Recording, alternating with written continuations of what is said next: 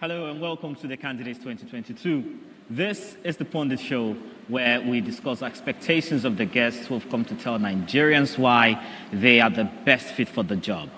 This broadcast is reaching you live from Lagos, Nigeria, wherever you are in the world watching this. Welcome. Today, Kadir Ahmed sits down with the presidential candidate of the African Action Congress, Mr. Omoyele Sowore, and his running mate, Mr. Haruna Garuba Magashi. They will attempt to convince Nigerians to vote them into Aso Rock in February 2023. However, before they come on, let's find out what our guests think of them and what their expectations are. Let's meet our panelists. Funmi Onuajefe is a journalist. Umfon Oyang is a public affairs commentator. And Professor Anthony Killer, also a public affairs commentator. I am Chika Agu. Thank you very much for joining us today. Wherever you are in the world, remember you can join this conversation on Twitter. Use the hashtag #NGTheCandidates and tweet @TheCandidatesNG. I'm going to start with you, Funmi. We know Omoyele Sowore as an activist, but when we see him this evening, he's going to attempt to be presidential. Do you expect anything different from him this evening? Yes, and I'll tell you what it is. I want him to just put down a little bit this activist garb he still has on. He's running for president now. He's not an activist. That's my view. I just feel like he needs to just tone it down a bit, because like every now and again. So, for example, he went to sign the peace accord recently and he's saying, oh, there's no need to sign the peace accord, Nigeria is not at war. You just need to tone it down. You're running for president now. You don't really need all that activist energy. That's just my view. All right, but you see, the thing is that there is a reason why he's running for office in the first place, right? And that's because as an activist, he's seen the ills in the society and he believes that as president, he can address them. So is it in whose favor is it that he turns it down, and why exactly does he need to turn it down? No, tone. Just to tone it down. In whose favor is it? In his favor, actually, because sometimes critics don't always make very fantastic leaders. That's also my view. So he just needs to tone it down. We know you're an activist. You know you're fighting for injustice and all, but can you be more, I don't know, presidential? He just tone it down and just relax. Right. We get his message. Professor Killer, do you agree with Funmi that activists generally don't make great leaders? Oh, no, I don't agree. I mean, so there's no logical sequence. There is no activists will make good leaders or activists will not make good leaders. It's all random. You can't really tie it together. They could make, they might not make. No. But I also think that Funmi's position is logical, but it's an optional choice. To say if you want to be presidential, you have to act presidential. It will be so if all those who have been president so far have done great things. But if you come there thinking, so far so bad, let's change the whole thing, then you don't have to be like them. Right. In a way, you're saying, let's move away. And I think, and this is the point, Sowore's candidacy is one that's saying, let's move away from how it's been done so far. Right.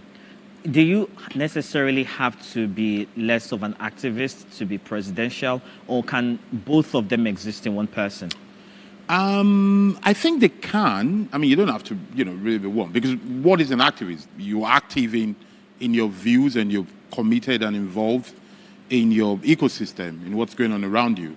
Whatever it is, whether it's politics, economical, gender-based, or anything at all.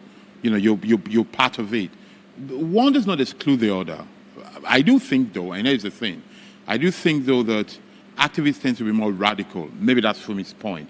Whereas governance is a more practical, prosaic, process-led thing. Hence the need, and here we go back to your sort of right idea, maybe you should learn to be calmer from the beginning. But you don't have to. It's a gamble. This is the paradox of politics, that in reality it's not as logical as people think, because we're choosing people based on anybody above 18 voting for them. So you can't really set a standard to say you want to be CEO, these are your requirements. It doesn't work that way.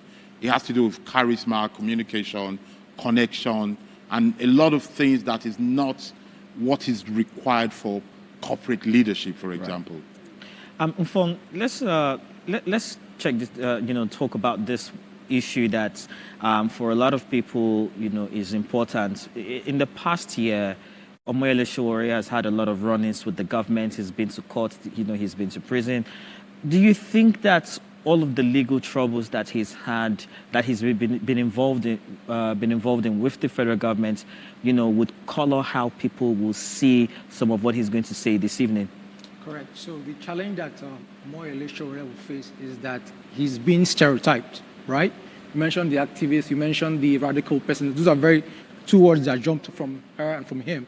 So he's been stereotyped, and because he's not a newbie, what I expect from him is to show that, hey, yes, I can be very animated, I can be very radical, I want things to happen, but I can be measured, I can be savvy. For me, it's not so much of what he should say, right? It's how he's saying it.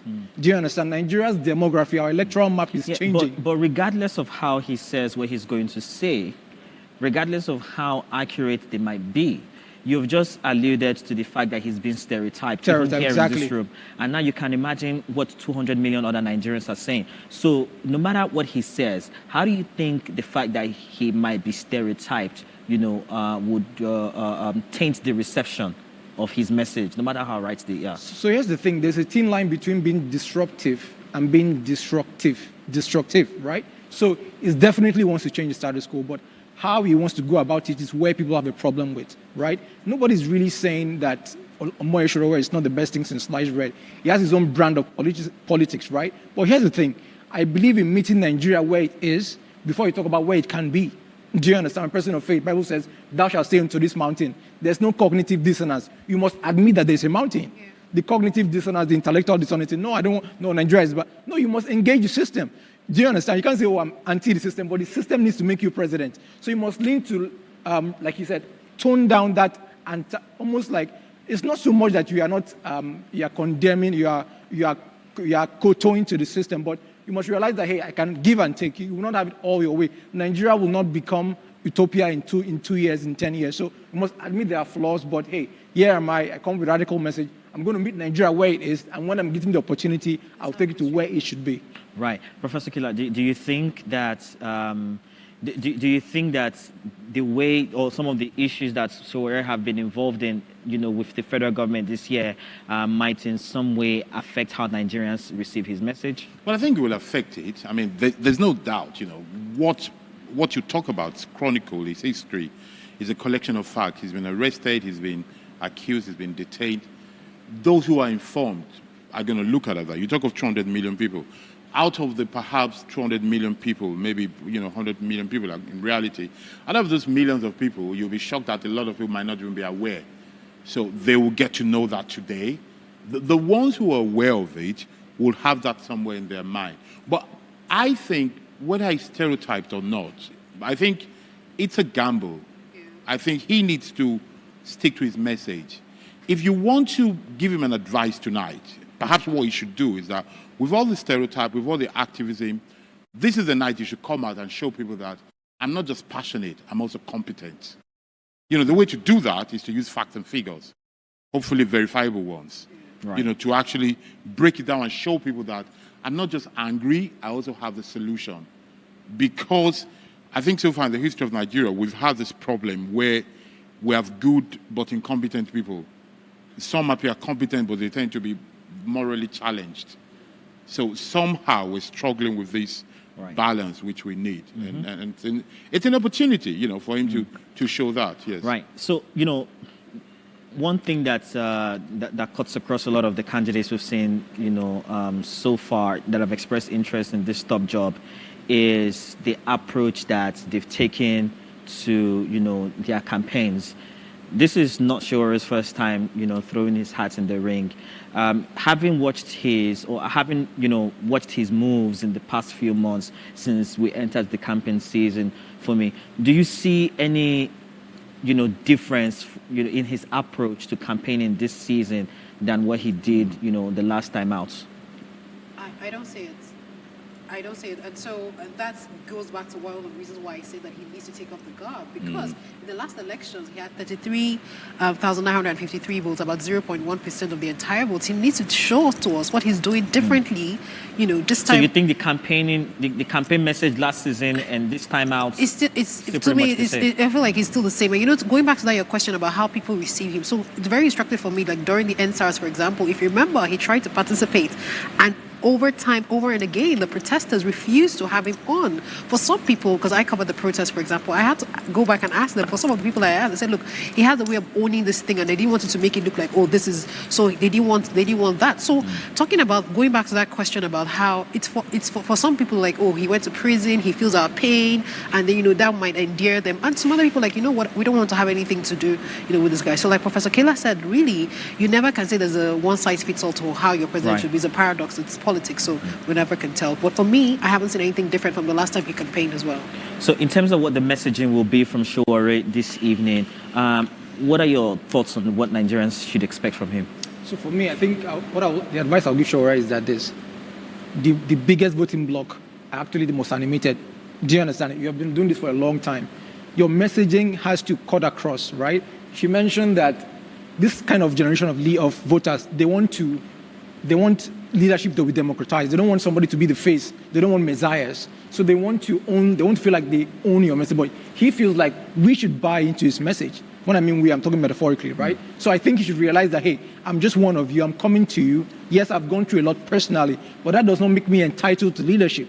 Criticism, going to what Professor Kayla said, criticism does not equal competence. You should come and say, hey, I own an organization, a media organization, I've employed people, I'm successful, I've built this. You should show his capacity for governance. That's why I say stereotyping. He must deconstruct himself in a way that, okay, yes, you know me for this, but this is a part of me. Because your supporters alone cannot make you president. Even the ruling party, they know they cannot beat them chairs. I see all these things on social media, it's in the bag. Nobody can beat them chairs and say, I've gotten it. Because your supporters alone can't make you president. So you must reach out to people outside the box. Even if I'm party A, there's some people that don't like your radical message. Some people want it conservative. Nobody's saying you should change your messaging. That would be disingenuous. But realize that a lot of people need to make you president. So I think you should reach out to those people, make the effort. Even if they don't agree with you, they can see the effort. Right. That's what I think. Right. And in terms of, what your Nigerians, what your advice to Nigerians will be this evening as they watch, Sowore try to convince them that he's the best person to occupy Aso Rock next.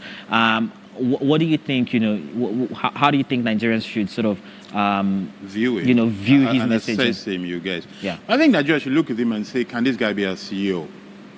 Look at him and think, has this guy got what it takes to be the CEO of, company Nigeria? And maybe they should think that, okay, if he can't be CEO, what else can we offer him? Like a proper job interview. Somebody comes to say you want to be CEO. And sometimes I look at them, because I do recruitment, and I think, no, you can't be CEO. Perhaps you can be director of corporate affairs.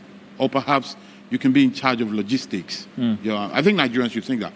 But you see, but that said, one of the most fascinating things about the candidate Sowore for student of politics is that it allows us to identify three kinds of candidacy. There is a candidate who comes to make a statement. Correct. There's another candidate who tries to win. Okay.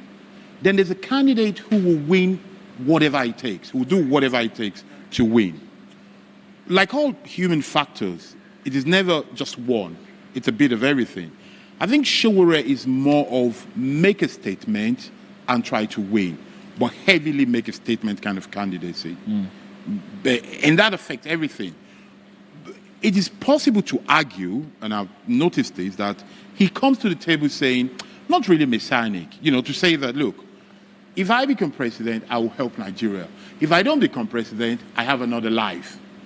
But I think it's good for me to become president. Right. I think it's important for Nigerians to look at Sowore in that key as well. Yeah. Because sometimes the responsibility of going beyond the tactics of candidates is also responsibility of voters. Right.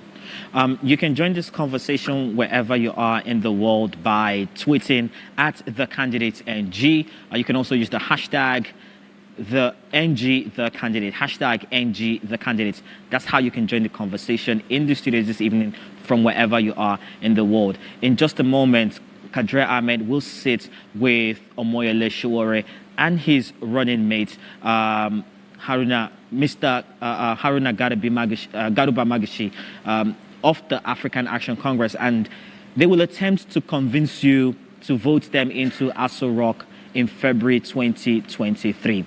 Fumi, let's come back to you and just piggyback off what Professor Kila said earlier, that, people like Sowore come in to make a statement and to win.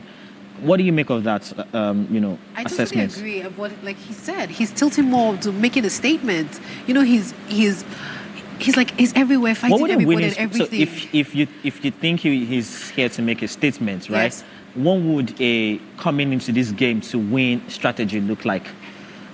Okay, so first of all, like I said, the activists say, don't make it look like you're fighting. Even all of us that want to vote for you, are fighting everybody. We're all stupid. We don't know anything and all of that. Just calm down. And then, because for me, one of the things I even wrote here was that I don't even understand what his ideology is. What exactly is he selling to us? Everybody has this. That's for me. I don't get it. I don't get it. So I think if he's able to just calm down, and maybe tonight I'll get to listen and understand, what exactly his ideology is. It's totally different from what the other candidates are offering. Then I appreciate his struggle. I understand where he's coming from. He has been doing this for university days. He was a student union leader and everything. And there are pictures of him with MKO. So yes, he has risen through the ranks and paid his dues. But I don't get, so he just needs to sell himself more and in a more combative way. What do you think people like Sowore do for the Nigerian consciousness? So for me, Sowore is an embodiment of rebellion, right? So he's literally like, I will not kowtow to the system. It reminds me of Fela a lot. Do you understand? Right. When Fela is not trying to sell out stadiums, the MTD, Madison Square, it's like that you say, I no go agree. Do you understand? Do you understand? He's trying to let you know, I know send the government. He's not trying to sell out the O2 like Burna Boy. Do you understand? He's not looking at streaming numbers. He's like, me, I no go agree. And people love him because he is the embodiment of that rebellion. But like I said, beyond that, we know what he's against. What is he for? Yeah. Do you understand? I know you don't like this, you don't like that. I'm sure I can almost place a bet. A Sowore in the Aso Rock will not do certain things. But what will you do? Yeah. Do you understand? Some of the candidates that look like they're getting traction, they have been known for something. So people are not, Nigerians have gone to the point that we are not really looking to take chance gamble because we have become collateral damage for failed political experiments. So we want to know, why are we taking out our collective destinies for you? Yeah. So I think that's what you should double down on. If Sowore doesn't make it as president, would you still love to see him in government? I think he's a candidate. Personally, I'm going to say the very candidate. He's a candidate of the future, right? The demography for him is not here. May not have that critical mass, but he's important for the demography because he deepens demography. He has that. He's the kind of person that has the kahunas for uncomfortable conversations where everybody's shining for. Sowore will say it and he doesn't care. True. Do you understand? So there's a Sowore in the future Nigeria. I don't know that he's here there. He may have voters, but critical mass, I doubt it. What do you think a Sowore does for the consciousness of the people? Well, I think it's good for Nigerian conscience. It stimulates it, and sometimes it embarrasses a lot of people. It shows limits. It shows possibility. I think it's good for the conscience. But then again, conscience is not political. Right. But it's a strong element of what we do. Right. And look, for me, regardless of the, outcome in February 2023, what would be, in your opinion, the biggest lesson from seeing people like Sowore, go from activist to actually throwing their hats in the ring and saying, look, send me to do this job? The biggest lesson is to show that, anybody can, as long as you're Nigerian, you can, run for, president, you can run for any office, even though I always say that, let's come from the bottom up. It's just like even in any corporate society, you're not going to just bring somebody and put the person in. But he's outspoken, he's spoken out his mind, he has said stuff like he's going to overhaul the entire constitution. So don't be afraid, dare to dream. But I don't know how to say, yes, there should just be a balance here, because you see, something very instructive that Professor Kila said is that, yes, you need the numbers. Like how you started talking about Fela, you said streaming and numbers, but you need those numbers to win today. So in as much as you don't care, you need those numbers. So let it be a lesson for people that are going to run. Be activists, be in the news, be everywhere, fight everybody, but calm down. You will need those numbers. I just think it's going to turn around and become votes for you. Right. in Nigeria. When you actually talk of these numbers, right? How are you projecting his core voting bloc is distributed across the country? So again, Professor Kela made a very instructive point. A lot of people, and I'm saying this respectfully to his voters, a lot of people voting for Sowore are not voting for him to win. They're voting to make a statement. They're going to, it's defiance. That's the word, defiance. Do you understand? So you don't think that it is spread? You don't think that there's geographical spread to it? It doesn't have it. 93 million people on the voting register, right? So you need a critical mass. You need 25% in 24 states, right? So you cannot. I mean, look at the guys that are leading. Do you understand? They are doing a lot of work, leg work, and all that. So yes, he might have funds, but Nigeria is allegedly 200 million people. But a lot of people have to buy into your message. A lot of people have to they must see themselves in you. There must be a strategic self-interest without being even coy. Do you understand? People say, you know what, he has not talked to me, but it's in my interest to vote for Sowore. Until he gets to that point, he may not be president. Do you agree that Sowore has a more ideological spread than geographical spread? Well, I think so, yes. I think those who are with him, going to vote for him, are working for him, are people who are informed, they're activists. They tend to be more radical than the average voter. I think, here's the thing. We're running a first-past-the-post system, a majoritarian system. If we're running a proportional system, if we're running a proportional parliamentary system, a candidature coalition will be a very attractive one because you just need 4 or 5% of the vote to matter. And sometimes people will strategically push you so that you can push certain things. The bloc that wants to change everything, it could be gender-based, it could be... There is a good example of a party in Europe. Italy started from Radical Party, where one of their major things was to legalize drugs. And, generally they got their 6-7%, got into parliament, and then they influenced other things. Yeah. But the kind of system we're running does not allow that. But you see, this said, we should not confuse Sowore with some motivational speaker that just thinks I have followers on Twitter and I'll get votes. It's a bit more. I just need a yes or no from you. Do you think Sowore is populist in his messaging? Say yes or no. Yes. You think he's populist? Do you think he is? Very. He's an outlier. Do you think Sowore is populist in his messaging? Outlier, he said. Outlier, you say? Yes. All right. Well, look, that's the conversation on the Pundit Show today. Thank you very much for sharing your thoughts with us. Funmi Najefe, a journalist, Onform Eyang, a public affairs commentator, and Professor Anthony Kela, public affairs commentator. Thank you, too, for sharing your thoughts with us. In just a moment, Kadir Ahmed sits with the presidential candidate of the African Action Congress, Mr. Omoyele Sowore, and his running mate, Mr. Haruna Garuba Magashi. I am Chika Agu, and this is the Candidates 2022.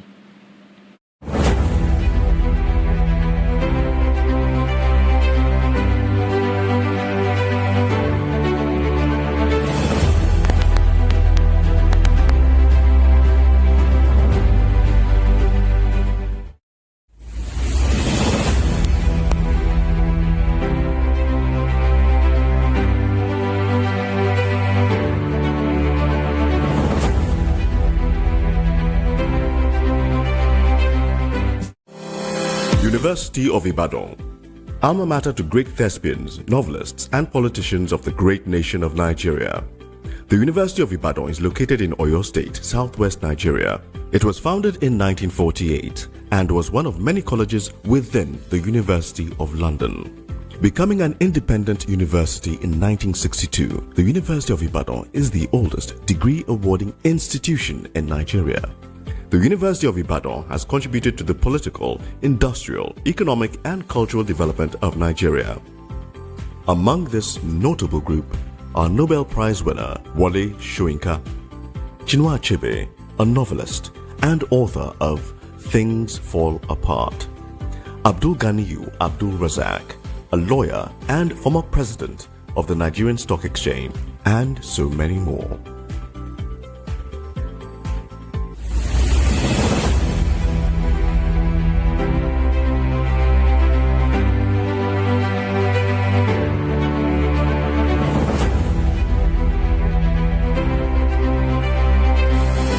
Bayelsa is an oil-producing state in the south-south region of Nigeria, It was created in 1996 by the then military administration. Bayelsa has also produced prominent people such as Ben Murray Bruce, a businessman and senator, Dakori Egbusin Akonde, a Nigerian actress. She is an ambassador for Amnesty International, Timi Dakolo, musician and businessman, and so many more. Recently, Bayelsa has been seriously affected by the flooding situation that has plagued Nigeria. This has seen many lose their lives, properties, and businesses.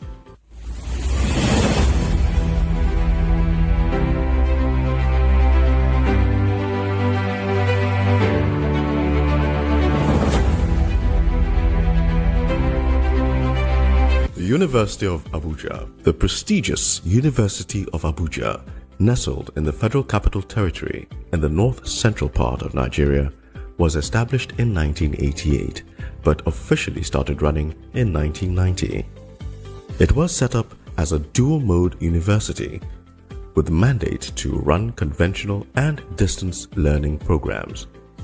The university offers diploma, undergraduate and postgraduate degree programs.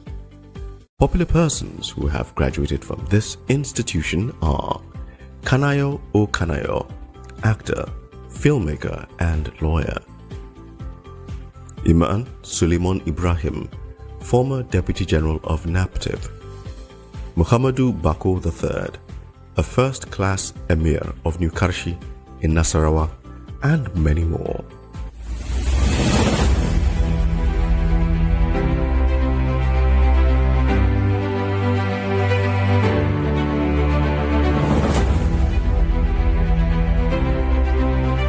The University of Port Harcourt.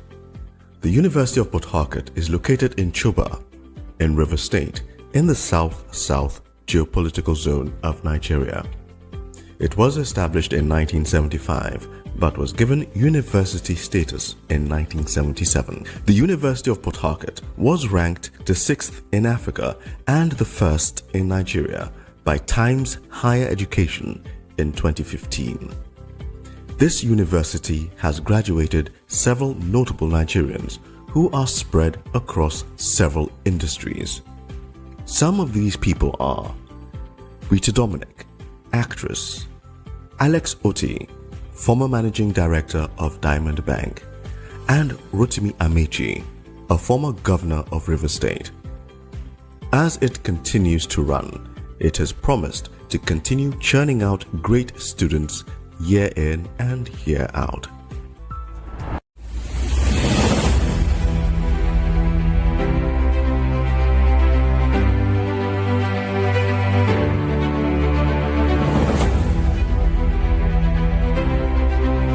Coal City University, Enugu. Named after the state's slogan, Coal City University is a not-for-profit private university nestled in Enugu State, in the southeastern geopolitical zone of Nigeria. Established in 2016 with 10 faculties to its name, Coal City University currently has over 800 students. The university prides itself on offering an excellent learning experience for students, informed by up-to-date research and facilitated by a high-quality learning environment with multimedia classrooms, ultra-modern laboratories, and a modern library. Coal City University Enugu, though young, organizes an annual essay contest for secondary school students in an effort to increase awareness of current global issues among the young population.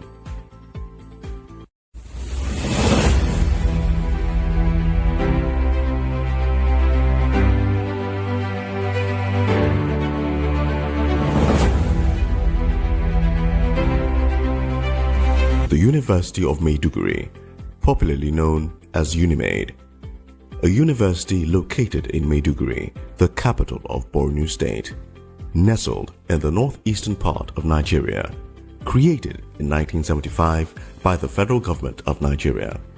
UNIMAID enrolls about 25,000 students across all programs.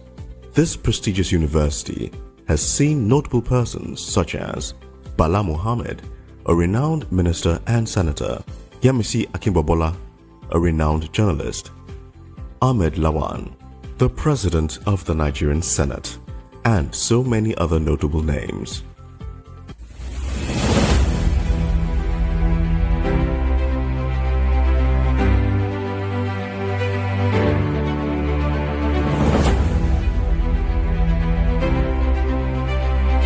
Bayero University, Kano, initially called Ahmadu Bello College, this citadel of education was renamed Bayero University, Kano.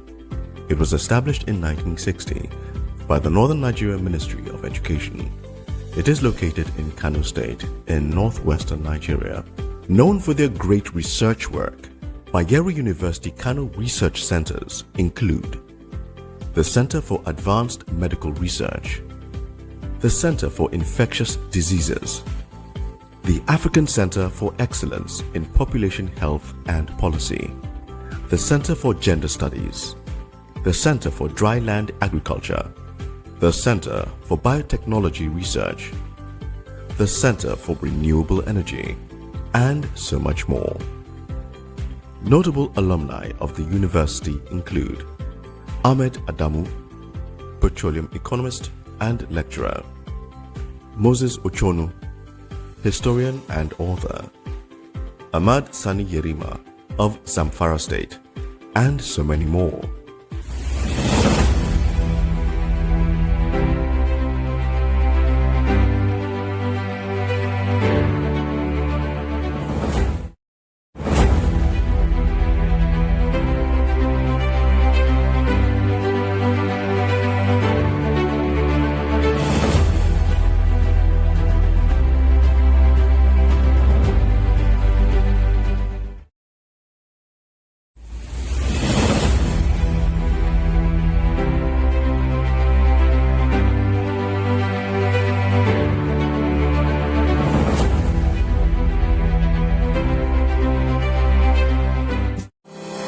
University of Ibadan, alma mater to great thespians, novelists, and politicians of the great nation of Nigeria. The University of Ibadan is located in Oyo State, southwest Nigeria. It was founded in 1948 and was one of many colleges within the University of London. Becoming an independent university in 1962, the University of Ibadan is the oldest degree-awarding institution in Nigeria. The University of Ibadan has contributed to the political, industrial, economic, and cultural development of Nigeria. Among this notable group are Nobel Prize winner Wole Soyinka, Chinua Achebe, a novelist and author of Things Fall Apart, Abdul Ganiyu Abdul Razak, a lawyer and former president of the Nigerian Stock Exchange, and so many more.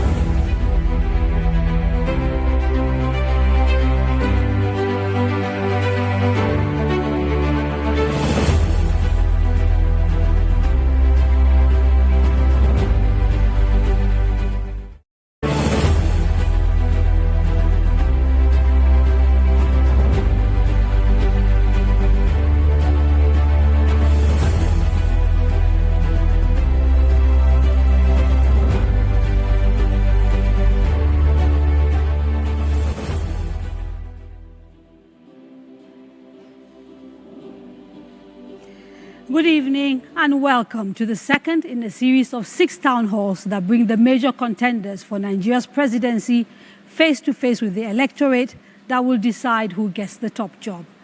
Tonight, we're in conversation with the candidates of the African Action Congress Party, the AAC.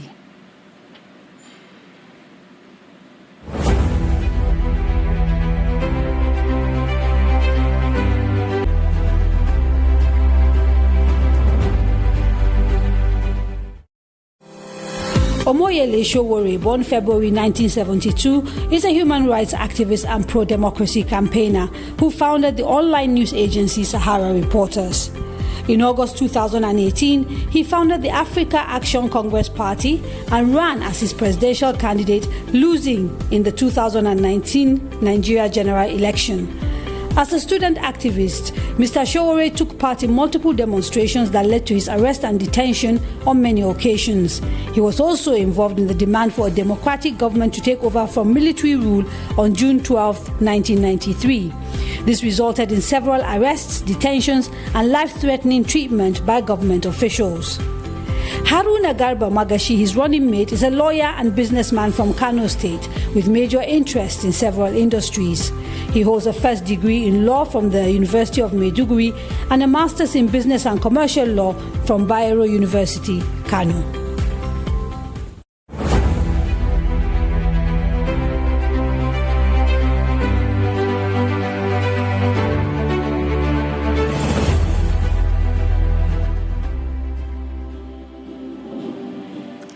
Welcome, Mr. Sowore and Malam Magashi, and thank you for saying yes to our invitation to join this town hall. Thank you. We appreciate your time.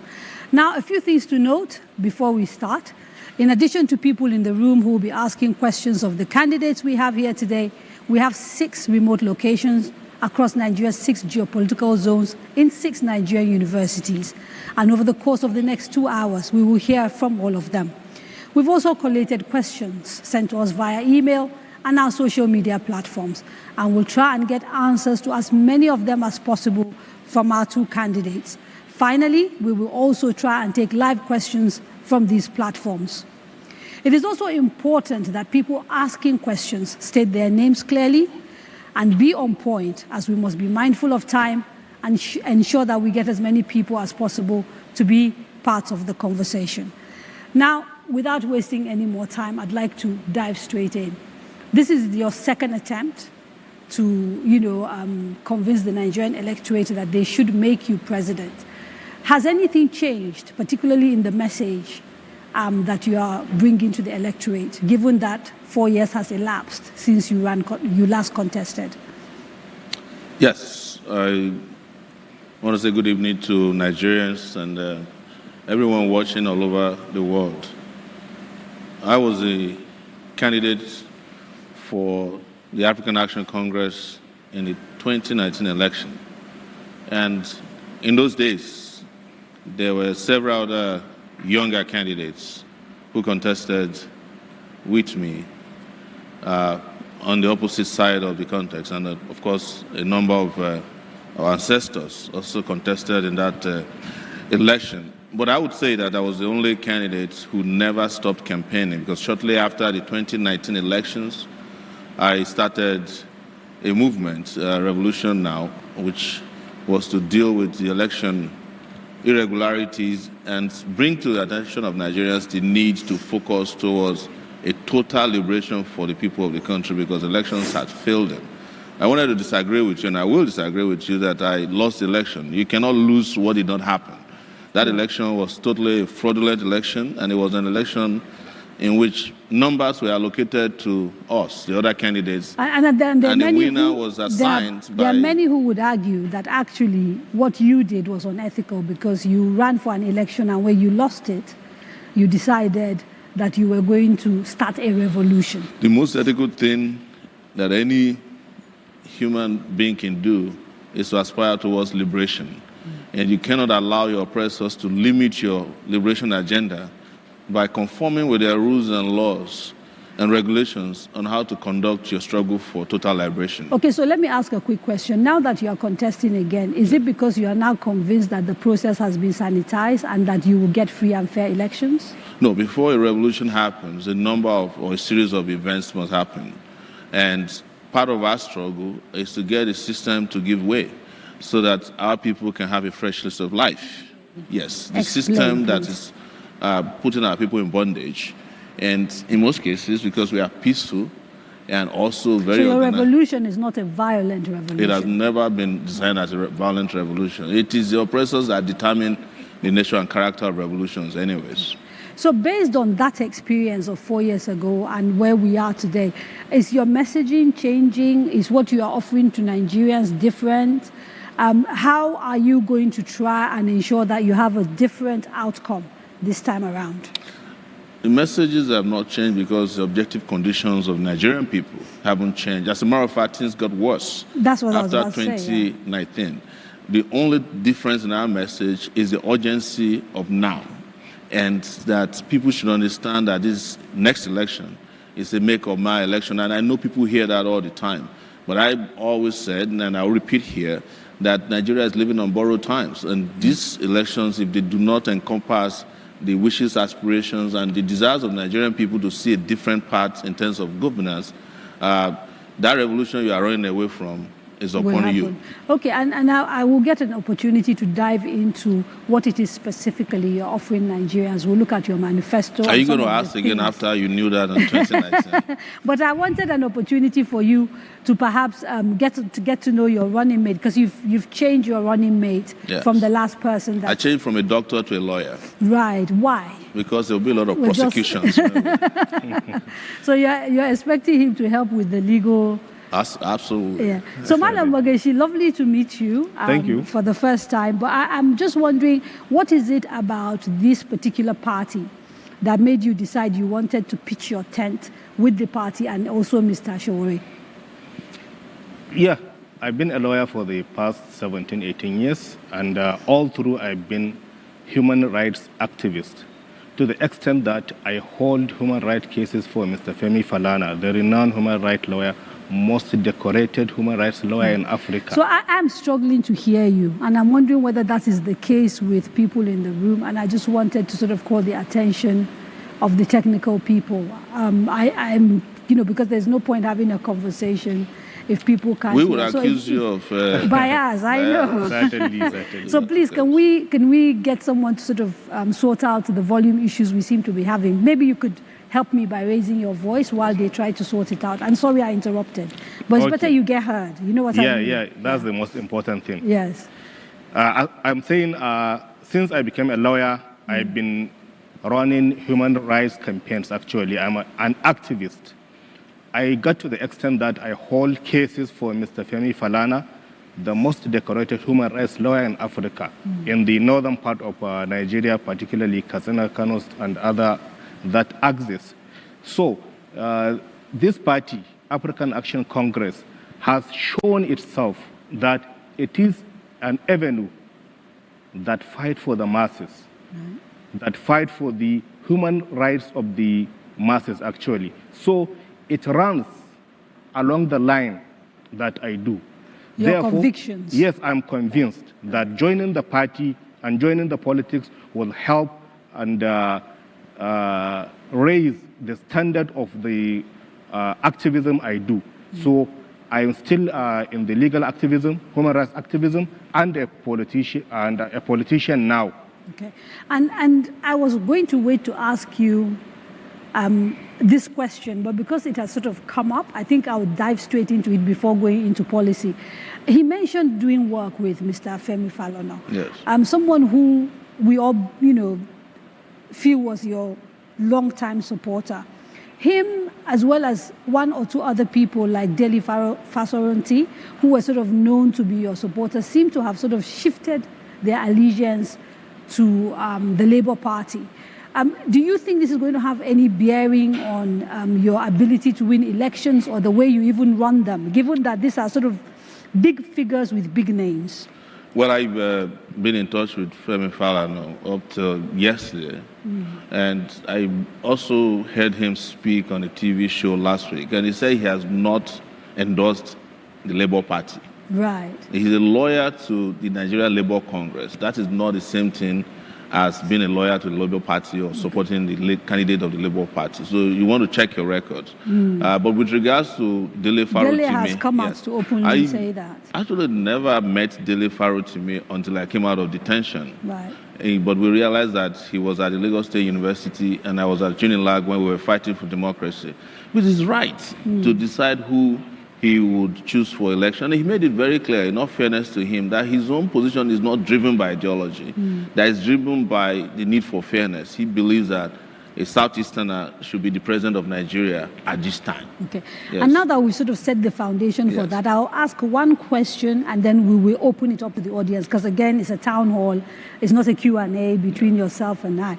My first question is to ask you, given the sort of economic issues Nigeria is facing at the moment, do you have any sort of underlying principle, philosophy, strategy that sort of forms the thrust of the policies you will pursue to solve our economic issues if we elect you as president? Yes.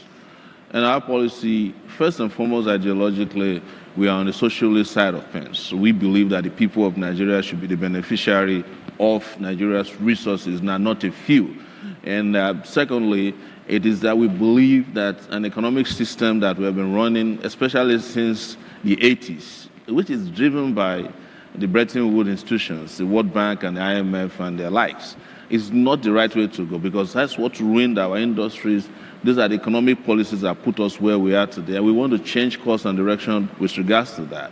The reason is that I have the exposure. I know that there is no IMF policy in the United States of America where IMF offices are based. There must be a reason why they don't want them to be operating within the country. Just as you are not likely to find a VOA station and cable in the US, but Africans are all over the place listening to VOA, because these are propaganda outlets for them to advance their own foreign policy intentions. So we will change course completely. And the other part is, of course, change of personnel. In coming to government, you are not going to have a Central Bank of Nigeria that's a glorified bureau de change. And I think because we need to sort of dig deep into sort of the specifics of what you are doing, Yes. I will take a small break, allow others to join this conversation first, and then we can dive into the details if they don't come up in the course of answering questions from our audiences. So we start with the people in the hall. Anyone who has a question, could you please introduce yourself and then ask your question? And we start, the man in yellow. Yes, please. All right. I greet my potential president and potential VP, Moses Adebayo. I know you to be a radical, but you're in my Okay, lair I'm right going to now. ask you to need my just vote. hang on a minute. Could you do a favor for me? There's a bit of an echo, so drop the mic down All right. and then speak. Yes, So please. I welcome you to my world, Mr. Showore. You need me now. And you have to convince me why I shouldn't or should vote for you. Babangida and his policy, sir, practically destroyed the middle class. I'm a very proud product of the middle class. Not very rich, but not too poor. But what will you do radically, since that's your very nature, to bring about that bridge again? Because in our world today, Nigeria is just a case of extremes. The minimum wages, let me use that euphemism now, for those downtrodden, and the maximum wages. How do we bring about a middle class that will always be the lifeline of any thriving economy? You think of South Korea, you think of Singapore. Their middle class is the lifeblood of their economy. So what will you do to ensure that the middle class is back and Nigerian economy is restored? Thank you. Thank you. So the middle class, we'll take maybe two more before we come back to the candidates, because it's just more efficient. Anybody else?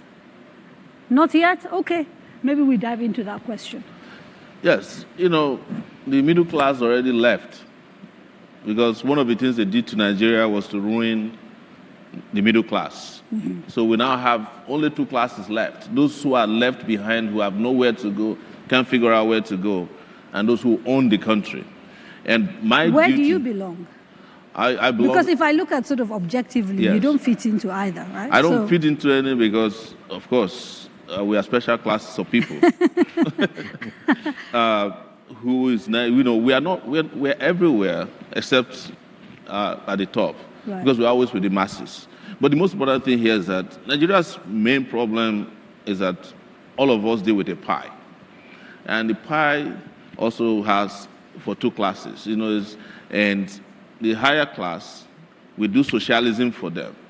We give them waivers, they earn maximum wage, they get special interest rates, they get even special exchange rates in this country. And for the lowest class, there's nothing for them. We pay them minimum wage. And you see in Nigeria, even when you talk their own economics, they calculate fiscal policy through the macroeconomic system they put in place. They talk about monetary policy, which is exchange rate, central bank.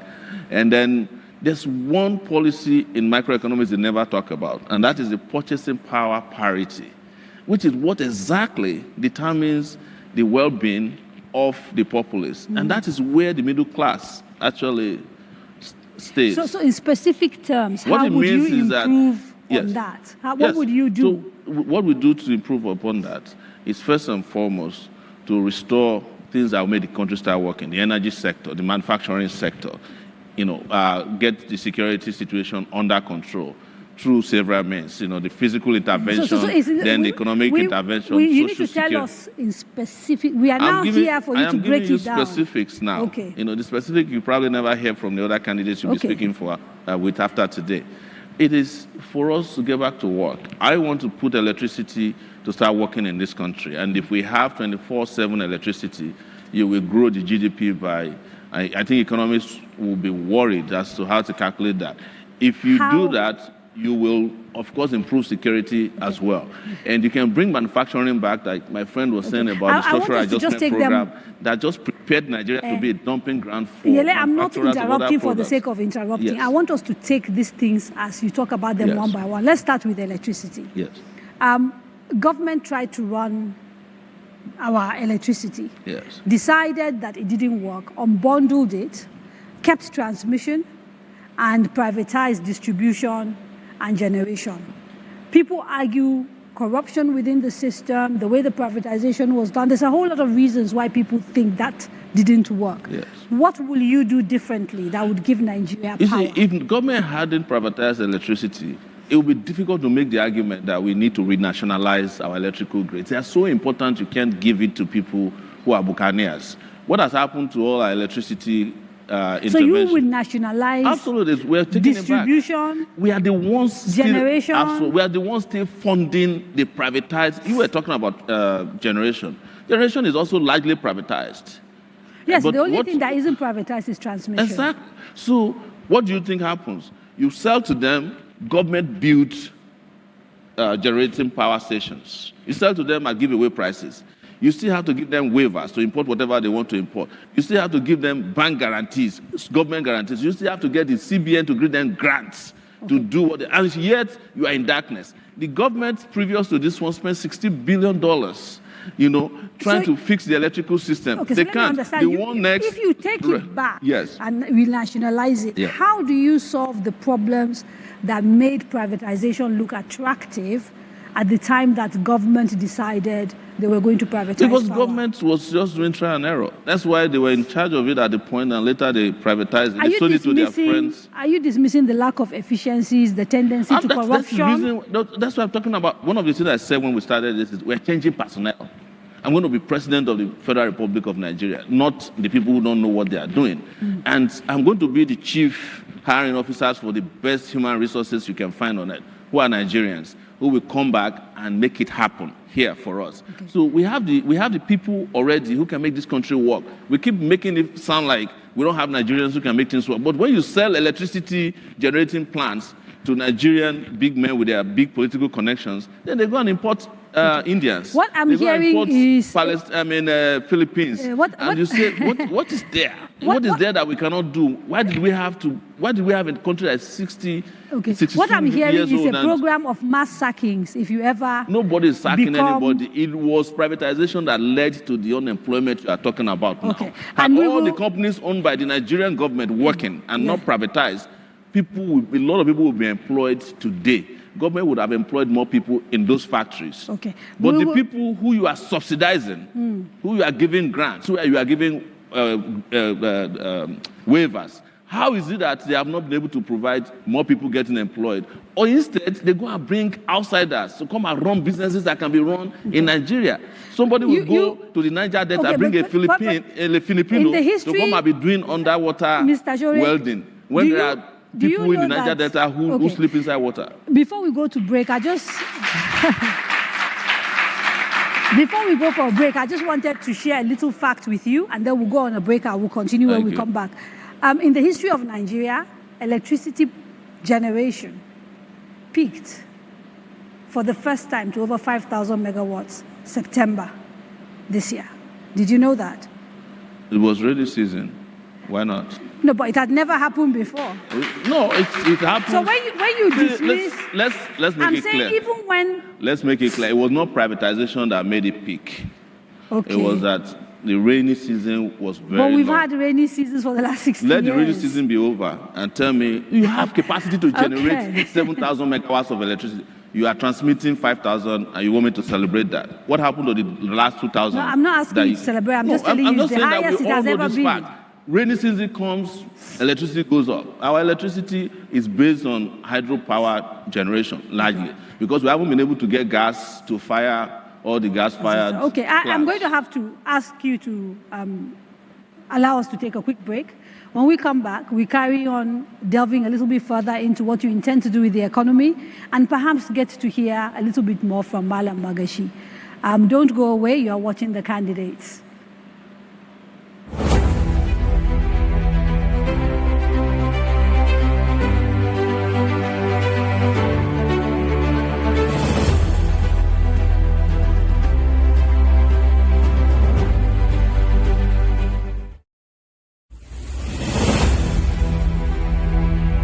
Daria Media, in association with Cabal Entertainment, presents The Candidates, a presidential town hall meeting series where the presidential candidates of the 6 leading political parties tell us about their plans for the country.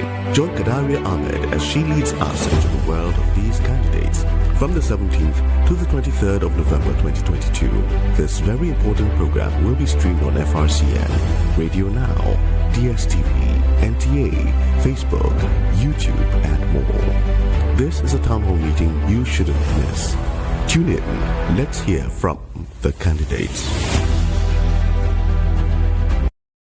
Choosing where to study is one of the biggest decisions you will make in life. So, it is important to get it right.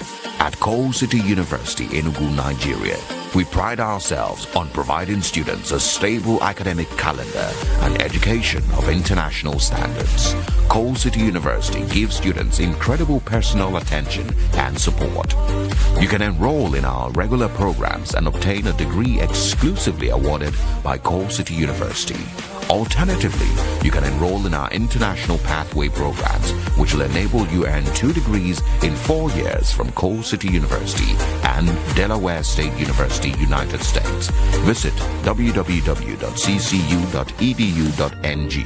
Coal City University, education for self-actualization.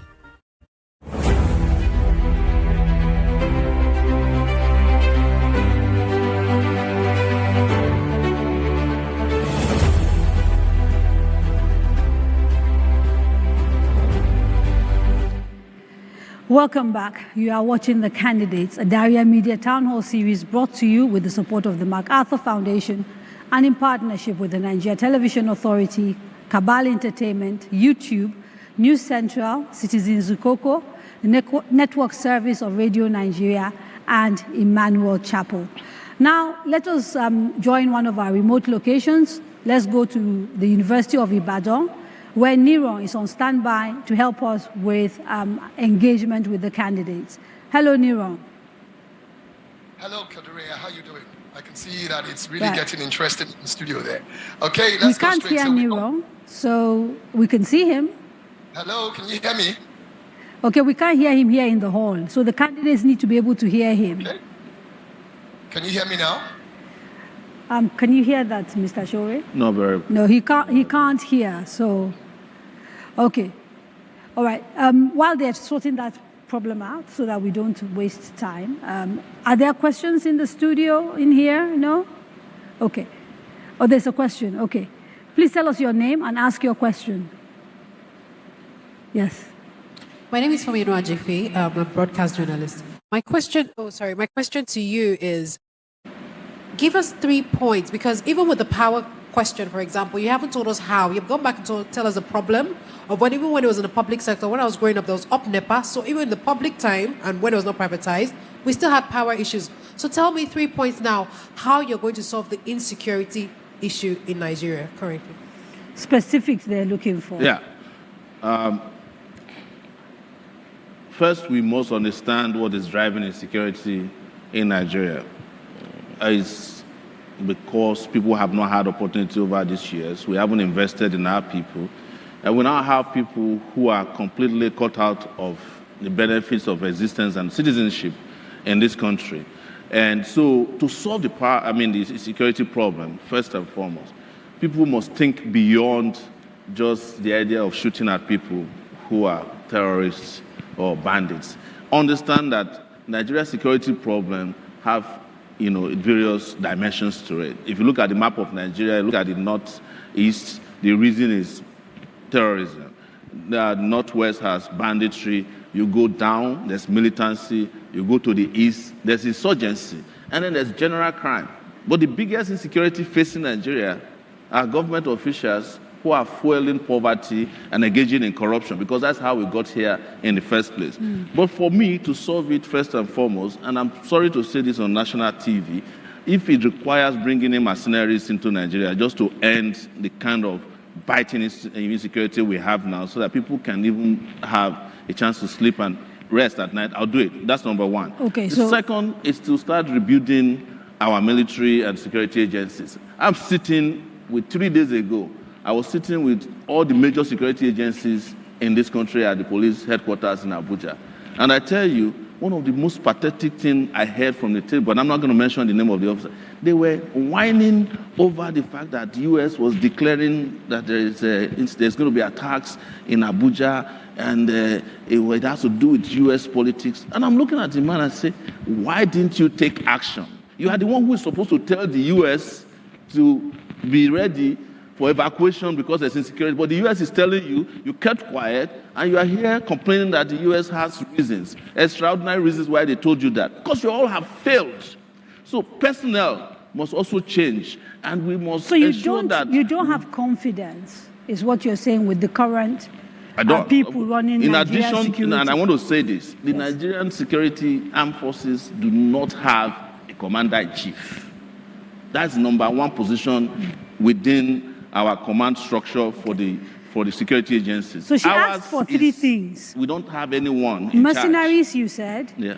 Rekitting and retooling the army. Including remuneration, retraining, collection of intelligence, processing of intelligence. But finally, and I must make this clear, without putting a social security system in place, without wiping out or at least reducing inequality, without investing in education, you can't do anything about insecurity. China has more guns than Nigerians. What eventually solved the insecurity problem in China is social investment in their people. They have empty apartments. Have you calculated the cost of your specific actions, the cost of mercenaries, the cost of retooling, rekitting? I have done that. And how you would pay for it? What numbers I have done that, looking and at? I've come to the conclusion that actually costs less to do what I need to do than what is costing us now for doing nothing. For doing nothing. Or doing the wrong thing. Where will you find the money? Wherever they are finding the money to do the nonsense they are doing now, stealing. You understand? Okay. Before I go to the quick remote location, Madam Magashi, you are from the north, and of course we now have the northwest has become a basket case, just like the northeast, because of the kidnappings. We've seen the pastoralist clashes, etc., etc. As someone who's sort of living that life, surrounded by people who are facing insecurity, is there anything more that you would encourage your party to do, or you within your party you are discussing, in addition to what Mr. Sowore has said he will do? Yes, there is. Okay. I have said this before. These insurgents, kidnappers, bandits, where have they come from? From the very society, from our community. They did not cross the border and settled Nigeria and started shooting people anyhow and stealing people. So it is very important for a government to understand the nature of the society. What is the cause of this insurgency? What is the cause of this banditry? In recent days, we have seen 2 incidences. Let me mention them. One of the bandits, kingpins, was turbaned as a traditional ruler in Zamfara state. He came to the palace, he was turbaned, he offered interview to some specific journalists. Another incident is that recently the infamous Bello Turji, which is the most common name of bandits, he came to the town and attended a wedding fatah of a relative of his. After he left, there was an attack and he lost some relatives actually. So if these bandits, these terrorists have roots in our society, they communicate with our people. They interact with our people.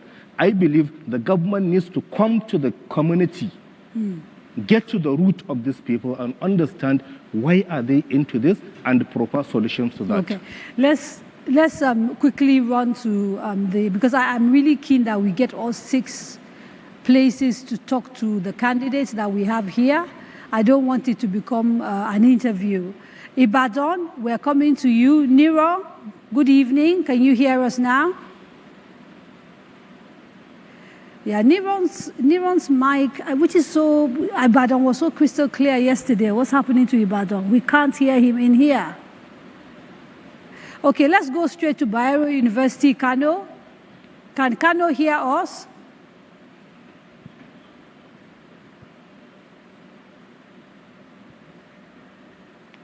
Today we seem to have big technical problems. I apologize for that.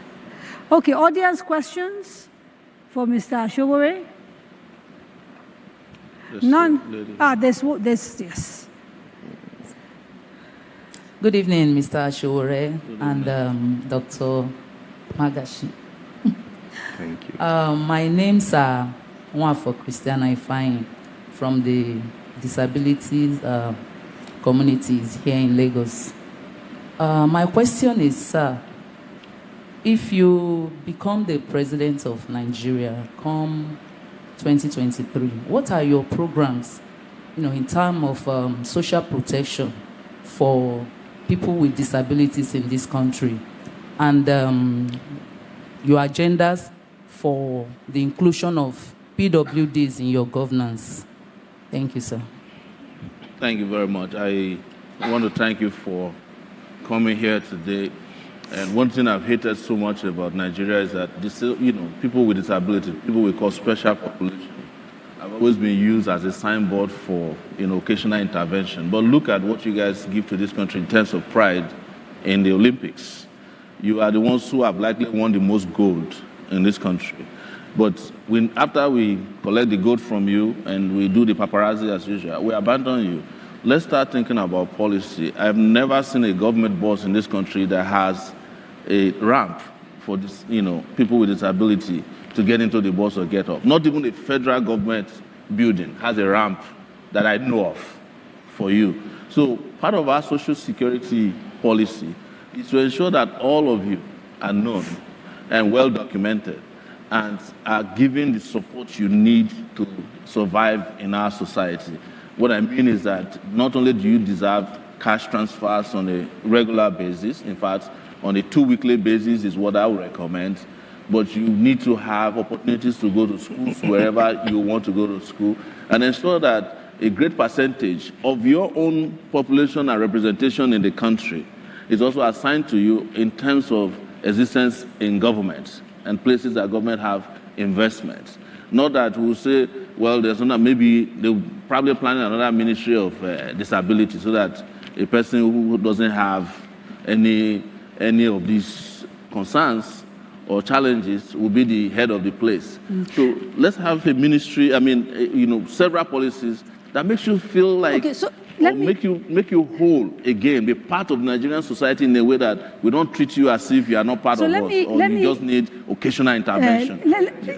Before you do, in 2019, yes, the candidates was instrumental in getting President Muhammadu Buhari to actually sign the disability law, so that they now actually have, a legal framework for rights for people with disability. I'm wondering whether you are familiar with that law and if you have any criticism of it as it currently exists. No, I've not read the law. Okay. And I treat everything done by President Buhari with the same attention, lack of attention, because I know he may not have even read the law he signed himself. Right. We see him doing that all the time.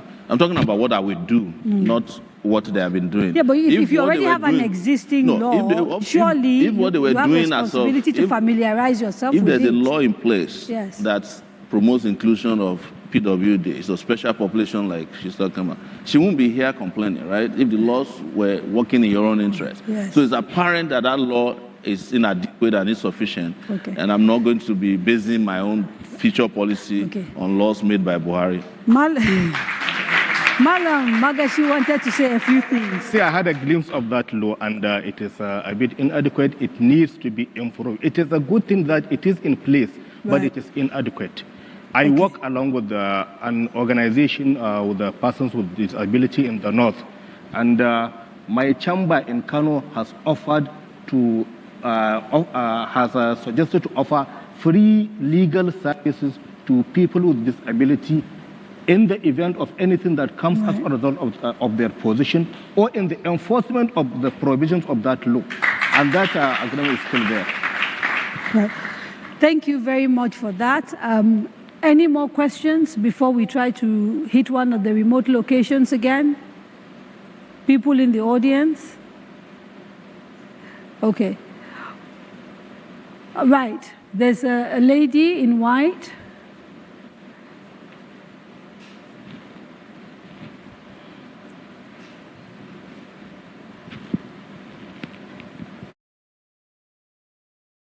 Mr. Shore, my name is Rabi Ismail. You need to take off your mask, perhaps, because you're muffled. We can't hear you.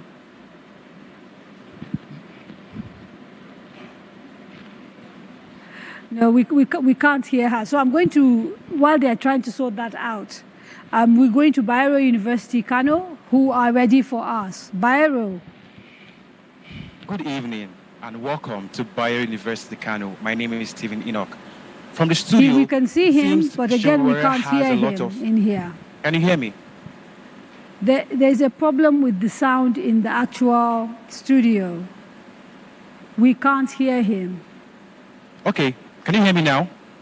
Okay, let's deal with other things while we're waiting for them to sort out that technical problem so that we don't... on the issue of insecurity, for example, there are many people who say that the decentralization of our security apparatus contributes to our inability to respond. And one of the issues that come up repeatedly when people talk about restructuring is that maybe we need some sort of community policing, state policing.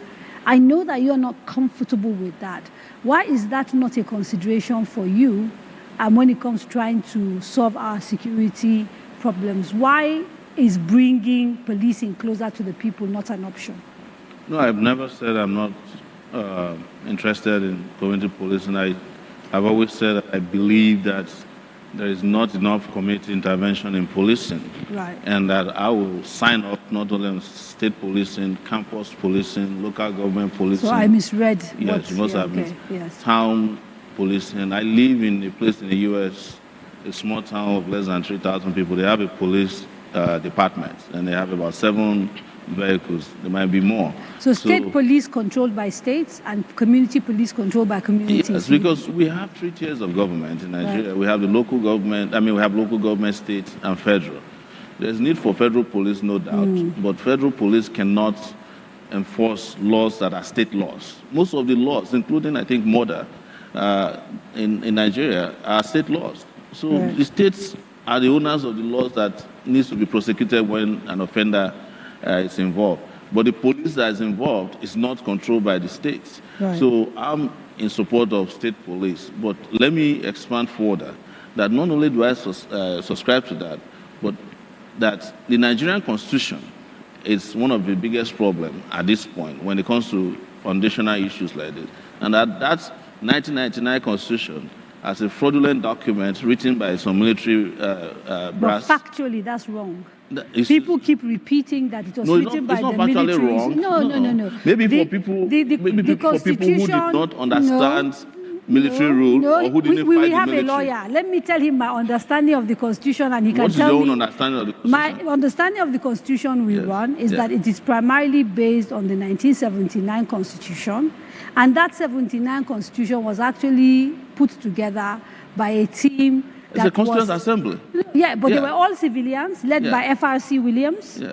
But and that was what was adopted and adjusted. So when people keep talking about a military constitution, it's very misleading. There were no military constitution because a constitution must be promulgated into existence. They do not have the mandate of Nigerians to adopt the constitution. So why it's fraudulent is the preamble. We, the people of Nigeria. Any book you see that tells such a lie brazen lie. So the It's people who illegitimate put it if it's together called the Constitution. were representative of Nigerians. No, and from all military indications, did. they were not military people. They were military people. They No, did. they were not. It was promulgated by a decree. Yes, but it wasn't put together by soldiers. It was put together by put soldiers together to the point lawyers that and to the people point from that across. Obasanjo was going to be sworn in 1999. They don't have a copy available because they were still looking We for need- printers. Okay. And another thing, yes. No. Let me finish. Let me finish. No. That constitution. Let me tell you this, and I'm going to ask you to do your research. Yes. That 1990 constitution was so bad Yes. that a portion of it was found to mention America in it because it was copied from, part of it was copied from the U.S. Constitution. That is They not had to my go back and understanding. I correct have that. never heard this. I don't know my There are a understanding. lot of things you don't know that I know. That's why I'm running for president. Okay. The things that are on the record officially about. But this is with all, truth. with all seriousness, the things that are on the We're record. serious. So No, what no, I'm saying is let- that let me- if you want all these great things Justice. for restructuring to be Justice put in that Nikki constitution, Toby yeah. was the person charged, is his committee that put together that constitution. My understanding of the way it worked is that they went around the country, took a lot of input from multiple year? stakeholders. We're talking about 1999 Came- constitution now. Yes, came Not- back not and 1979. recommended. 79 was put Nikki together. Toby, You are mixing up things. No. Nikki Toby. You are mixing up things. Nikki Toby And you know was what you are the doing, chairman Shode. of the You know Constituent exactly what you are Assembly. doing. No, Nikki Toby was the chairman of the Constituent Assembly put up by Obasanjo, if I'm right. That was supposed to make a constitution. And they came back and said But that's not that the 1999 consensus constitution. was 79 with amendments. No, and I that was disagree what with was you. passed and what we now use. Anyway, You should have we put will not. fact checkers here so we that will- we so, don't. so, so you want a new constitution, a brand new brand constitution. new, yes. How are you going to achieve this? The people of Nigeria deserve one, and it is their own wish I'm that asking is you about. paramount. I'm asking about the how. Yes. People All- want a lot of all things. these The other issue is the persons- how. All these other presidents of Nigeria have tried to create a constitution. The reason they didn't come into existence is because it did not satisfy their own personal interests. Obasanjo did it, but he wanted it for third term. When it didn't happen, they threw it out of the window. Jonathan did it. He wanted 7 years tenure instead of the usual 4 years. When it didn't work, 2004. That's the well. Yes, That's a claim. they We threw it don't- out of the window. We can, if it is the consensus of the people, if the people want a new constitution, The people then, because have, where the I'm people going, have where I'm going, representation in the National Assembly. please, they do. Where I'm going is that the National Assembly have been amending the constitution. If they was working, we wouldn't be talking about constitutional amendments. But you see, even lawyers say it. I think it's a Latin word that you can't build something on nothing. The guy who is in charge of the amendment of the Nigerian Constitution in the National Assembly is the one they caught in London trying to sell kidney. So because he has 40, we're using it to make money. I don't have millions to settle libel. And, They can sue me now. No, I have- seriously, No, seriously, but seriously. This is not libel. You have to be This is really not careful libel. about. This is not libel. No, seriously. I am I saying that don't the have. guy in charge of constitutional amendments in the National Assembly for the longest time is Yes. Ekweremadu, Senator Well, Ekweremadu. okay, so if you are and it's also a calling fact names that of he's the- jailed in London because He's tried not to take jailed. somebody. He's been sitting- tried. he's sitting We in- need to be he's very sitting in jail careful. in London, He hasn't been being found tried. guilty. He's been we can charged use jail with a and crime. detention interchangeably. No. This is the law. No, but You are it's the not the one truth. that we But sue. there is undergoing trial for trying to take No.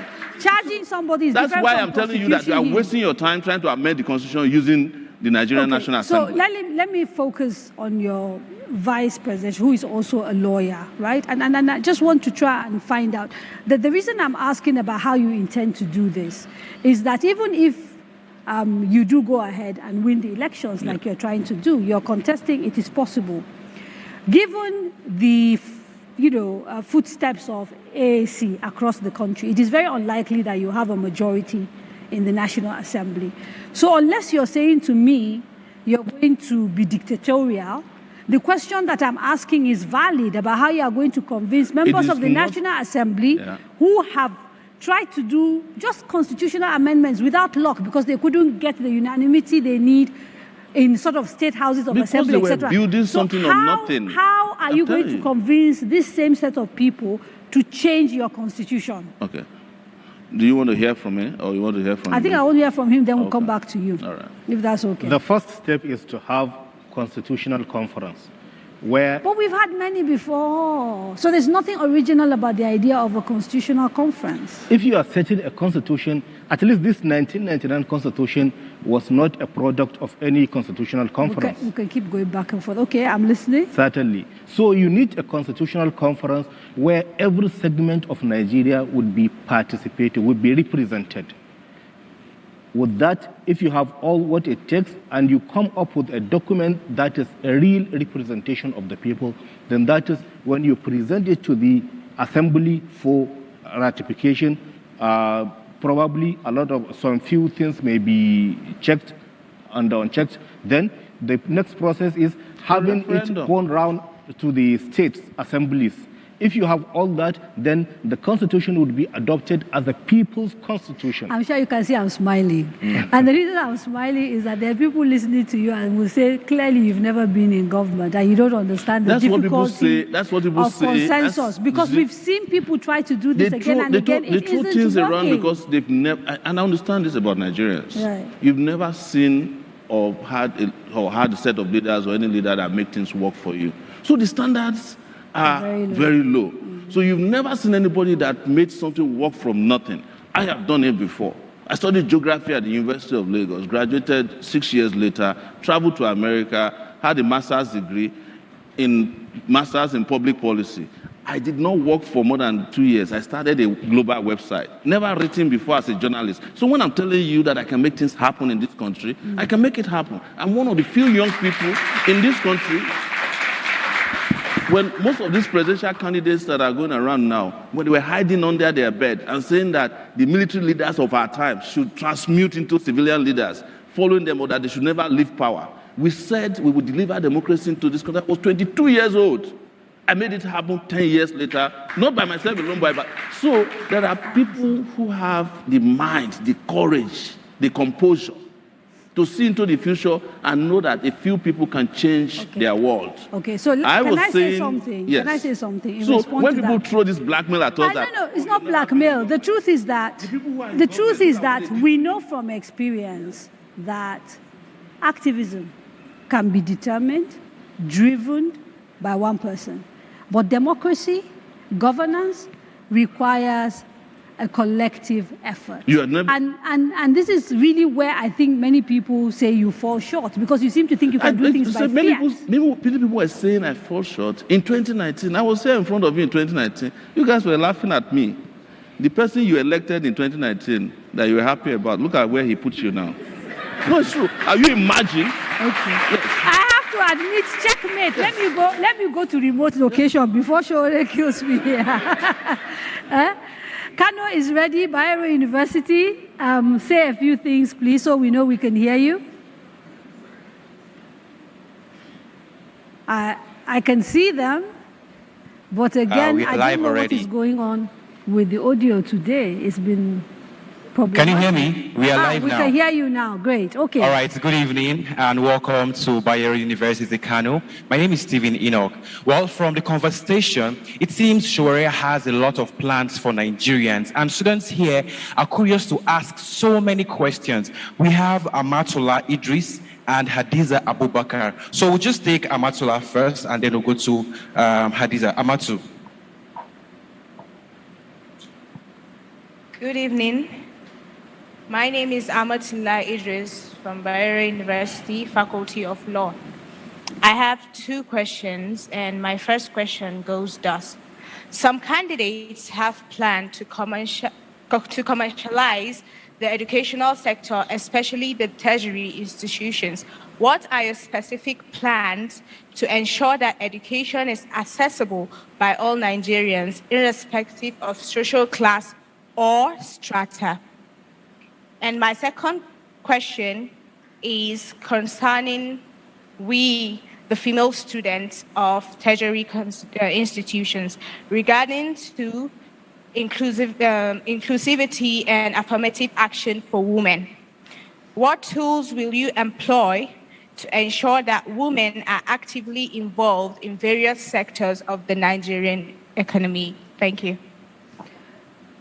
We have another question from Hadiza Abubakar. Thank you. My name is Hadiza Yahya Abubakar from Mass Communication Department, Bayero University, Kano.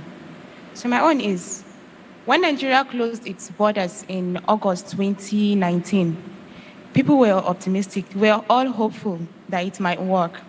However, till date, even though proponents believe it's helped in curbing arms influx. Okay, wait. The outgoing administration, they say the aim of that was to protect farmers, reduce arms influx, or to curb arms influx, and at the same time boost our local production. But till date, we're still in hunger. In fact, the hunger is even increased, unlike before. There is more, the level of poverty is very, very high. And at the same time, there were reports that the farmers in the border communities, they became the victims of the border closure, which was supposed to protect them. They said security agencies there used to extort them. They extort them, saying their farm produce are no longer permitted. So they extort millions of naira from them. So what I want to know, dear candidates, what we want to know, dear candidates, is if you were elected, what would you do differently in this situation? How will you eradicate hunger? How will you do more good than harm if you were elected? Thank you. Those are the questions. Thank you very much. Thank you very much, Bayero University. These are extensive questions that I'm sure require detailed answers. And I have just a few minutes before the break. So I think what we will do is we will take the quick break. And then when we come back, dive straight into answering those questions. You are watching the candidates. And we are in conversation with the candidates of the AAC. Don't go away. Stay with us.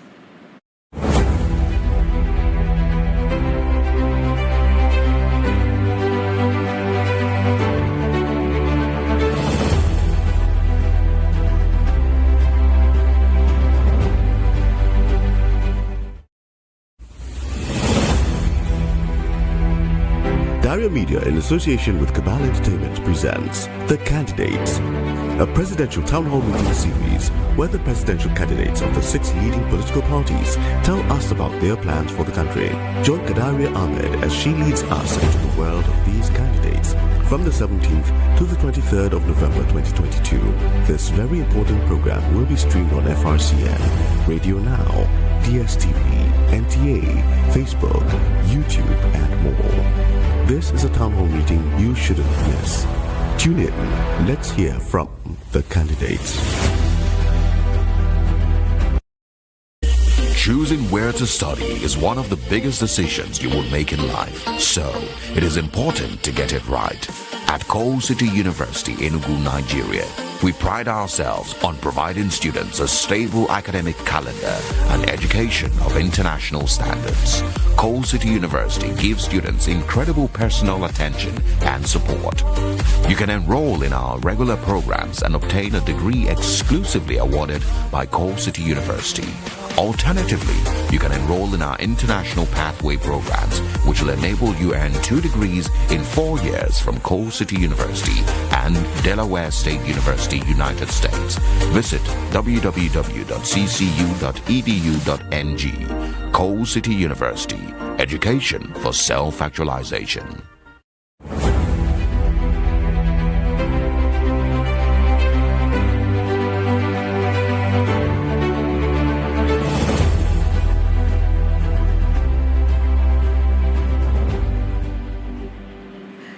Welcome back. You are watching The Candidates, brought to you with the support of the MacArthur Foundation, airing on Nigerian Television Authority and other partner channels like News Central, Zikoko, YouTube, Radio Nigeria, and Radio Now.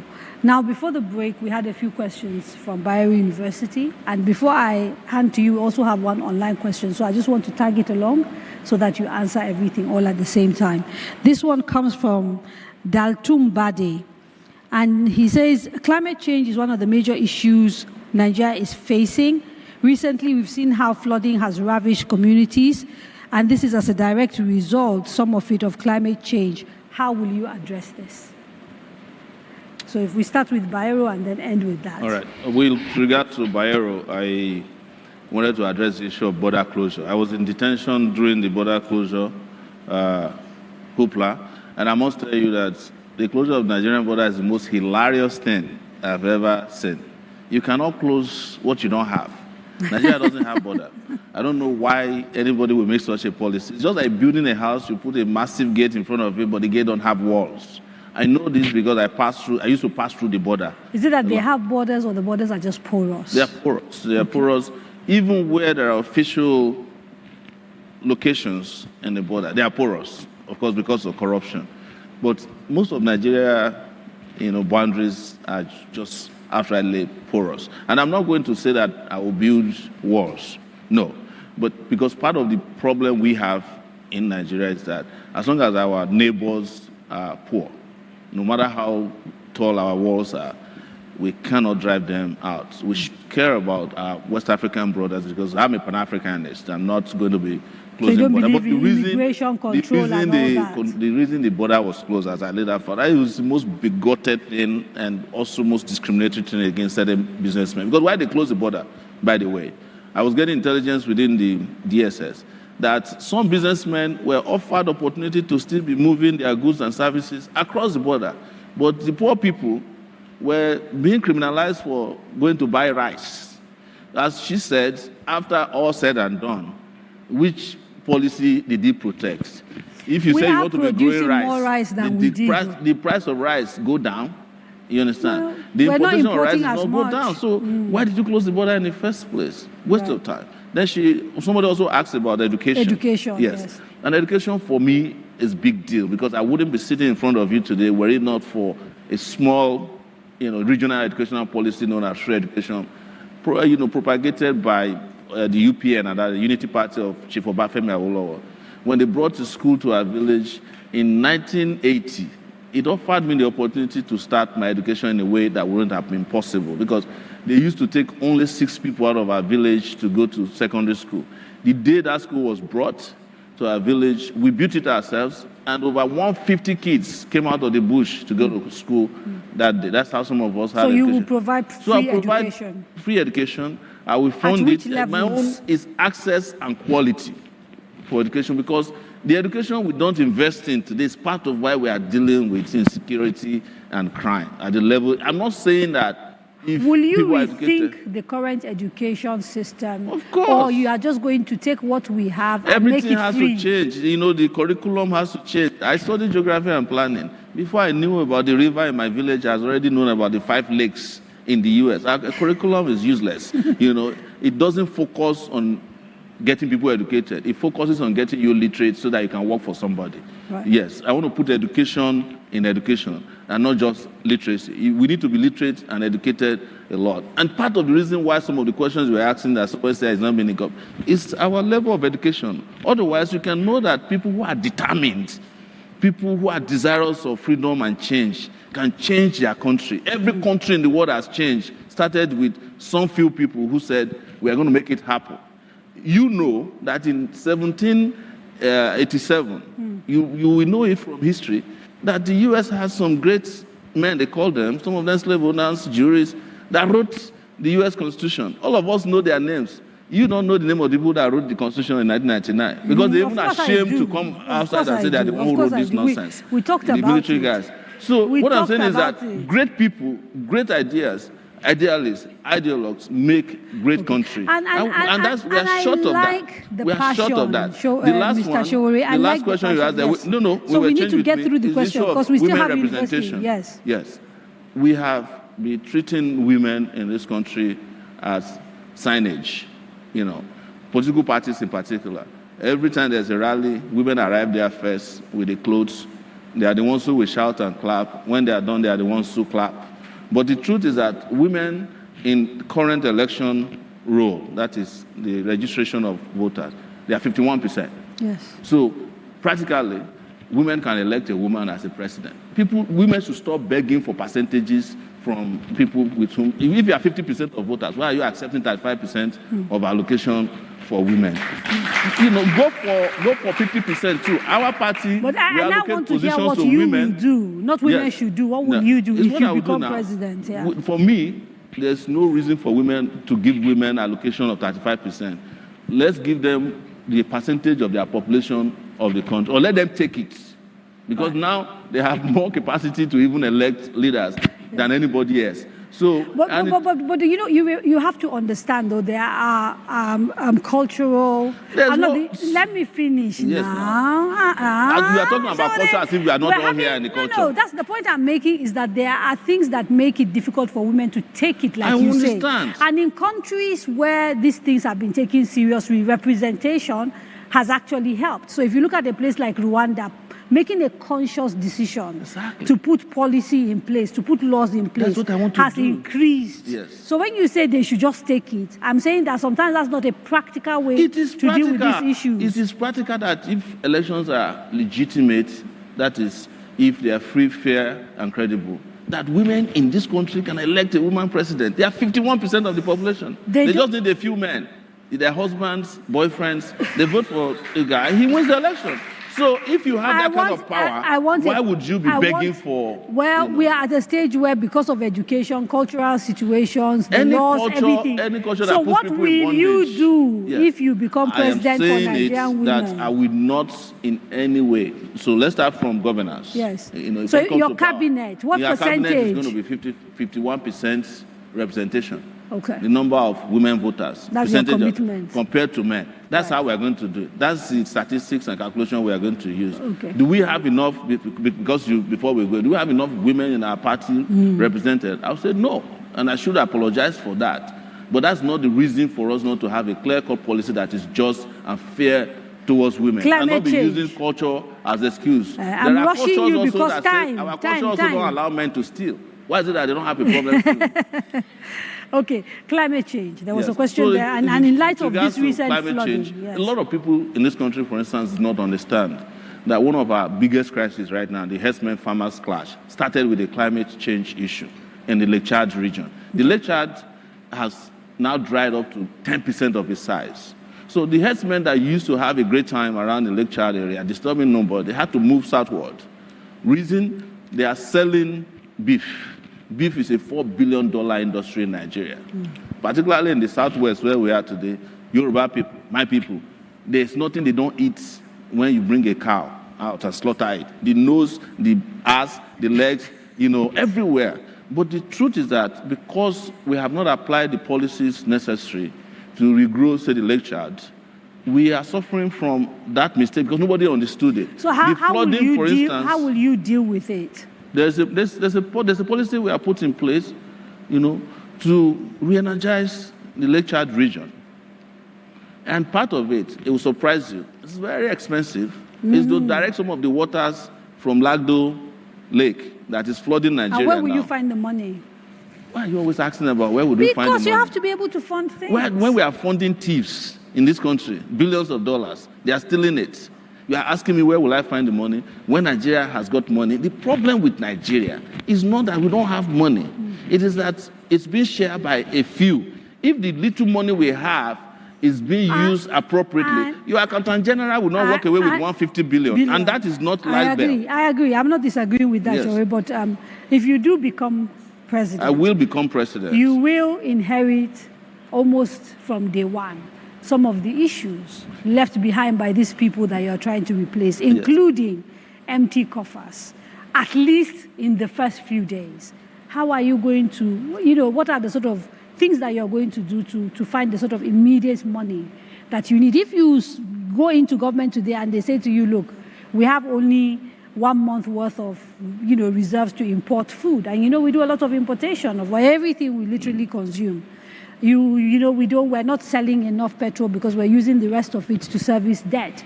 These are international obligations that you can't wiggle out of, you know. How will you deal with that? You see, when I come into power, I'll be coming in prepared. And I'm saying this authoritatively, that I've done my research about money. And in 2015, right?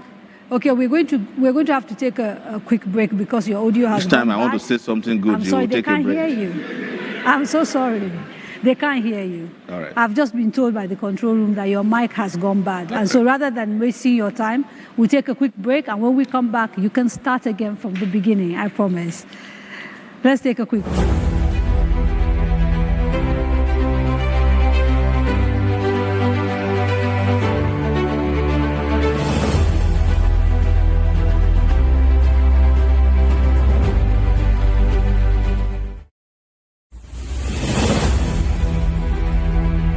Dario Media, in association with Cabal Entertainment, presents The Candidates, a presidential town hall meeting series where the presidential candidates of the 6 leading political parties tell us about their plans for the country.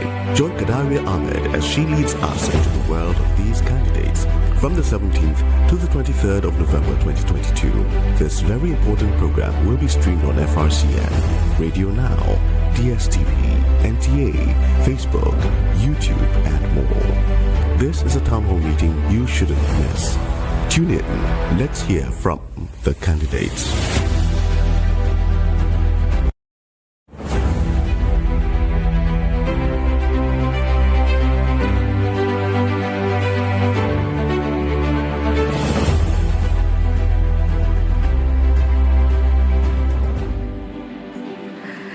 Welcome back. You're watching The Candidates, where we're in conversation with the candidates of the AAC, Mr. Showore and Malam Magashi, who want to become president and vice president in 2023 and are asking Nigerians to elect them. I want to recap the question we were dealing with so that, for the sake of those who are just joining us. We were having a conversation and I was trying to get a sense from you of where you would find the resources to do all the things you want to say. And you said Nigeria is a rich country. And the point I was trying to make is that if you were to go into government today, there are few things that will happen. You will inherit, for example, a budget that has already been signed. You'll be inheriting all the deficits. You'll be inheriting the debt and a whole bunch of, things that are a little bit messy. And so I think it's a valid question to ask you how you will navigate those things within sort of coming into office.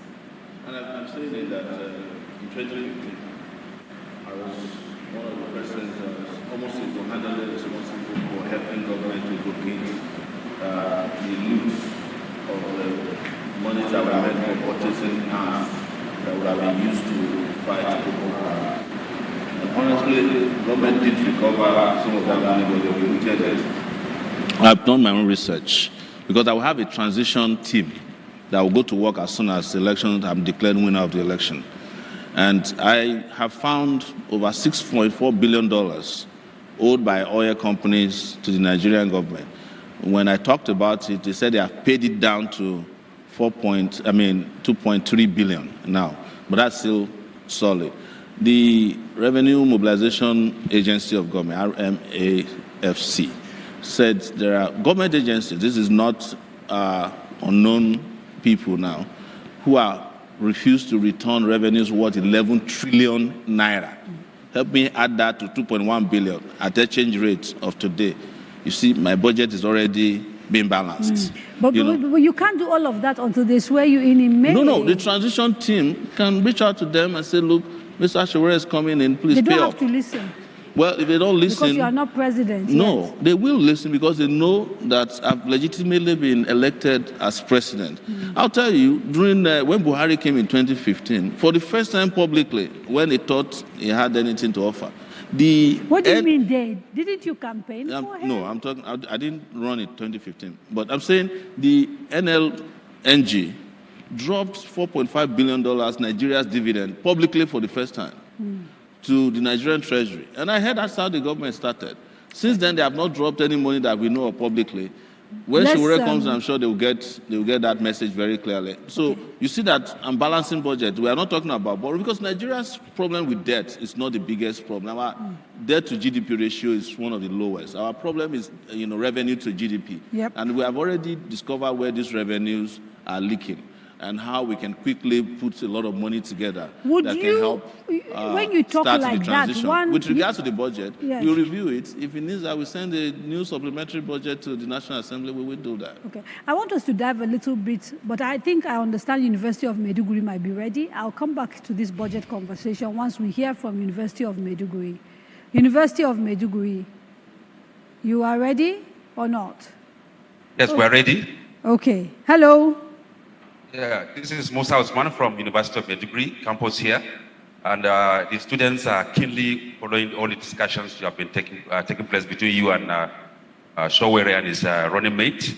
And we have two students who have some questions to ask. I'll start with Yusuf Tara, who has the first question. Yusuf. Good evening. I want to use this opportunity to welcome the AAC presidential aspirant to this interactive session. My name is Said Yusuf Tara, and my question goes like this. Mr. Sowore, I am your follower on all your social media handles. I follow you on WhatsApp, Instagram, and what have you. In all your life, you have been an activist, fully participated in NSAS protest, a promoter of Revolution Now, and also in some occasions you support the agitation of Biafra.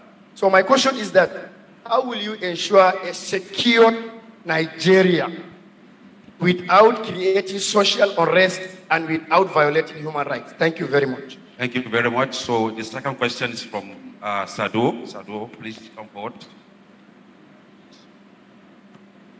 Good evening. My name is Sado Banya from University of Maiduguri. The presidential aspirant has addressed the issue of tertiary education.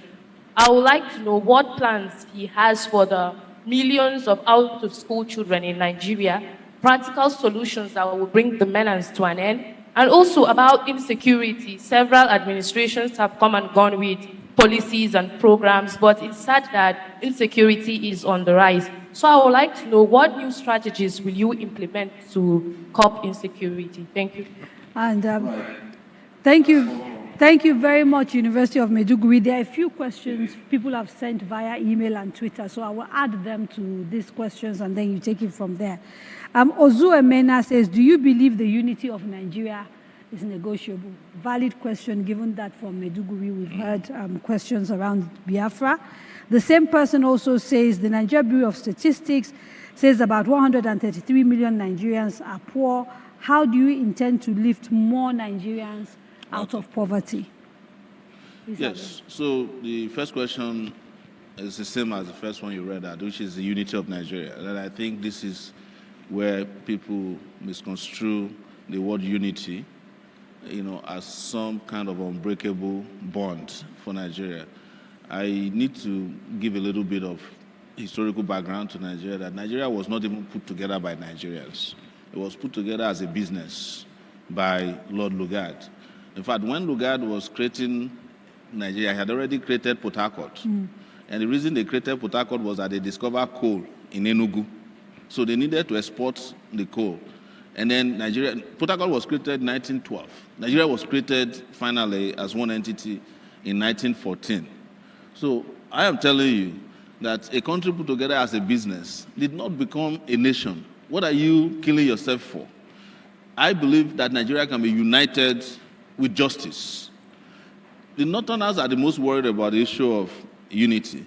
But if you look at the Northerners, they were actually the first to be reluctant for Nigerian independence because they felt like they were not ready. I think you will find that actually that's an assumption. It hasn't been tested. No, I'm saying it not to. No, I'm just saying it's an assumption. There's not. Maybe you can ask yes, your. I'm not your demeaning. What I'm saying is that they put a lot of thought into joining a united Nigeria. That's why they delayed the independence for a few years. We would have had independence around 1950, but the Northerners were not. They were thinking about it. They were consulting. The so first that's the point. War was Araba. That means that even at the onset, the people on that side of the divide had to be sure that they wanted to join Nigeria. So everybody that came to join Nigeria was forced into that unity. For us to now make the unity happen, we must create a perfect union That's why I talk about the Constitution. Because that's what happened to Americans after the Brits, they defeated the Brits. They wanted a perfect union. Because at that time, there were blacks, women who were being oppressed. So the right to self-determination for you is sacrosanct. I completely believe in yes. the right. In fact, if we put it in our Constitution, the right to self-determination, Nigerian leaders will be more serious about governing Nigeria. So we should have some sort of mechanism that allows Absolutely. for a referendum. The reason I'm calling for yes. is a fundamental right recognized by United Nations. The reason I'm calling for a new constitution. Okay. So that Nigerians can put in that constitution. And I know that the people at which in point Maiduguri could Nigeria decide to challenge the unity of Nigeria through a referendum, not that it's just walking. Violence, yeah. Yeah. Okay, Not so violence. I mean, I know that University of Maiduguri questions are waiting, but we've got Ijoma in Enugu. And I just want us to go to her, and then you can combine all the questions together. Can you hear us? From Coal City. Oh, it's Ifoma. Sorry, Ifoma. Hi. Hi. Good evening from Coal City. I'm Ifoma Ajumobi, live at Coal City University in Enugu. And the engagements have been quite insightful. Thank you for the platform once again. The students have questions, plenty questions for the candidates. And we have Praise, Chisom, and Jonathan on standby with their questions. Jonathan, let's hear Jonathan's question. My name is Jonathan Annie from Department of Microbiology. Sir, what do you intend to do about subsidy? We'll hear from subsidy. Summa right now. Summa. My name is Summa Oboke from the Department of International Relations. Mr. Showore, it is not new to anybody that most public office holders have decided to send their children abroad to study. And for this reason, they are insensitive to the plight of an average Nigerian student caused by incessant strikes. Sir, as a former student union leader, how do you plan to put an end to these industrial actions, to these incessant industrial actions in public universities? Praise has a question.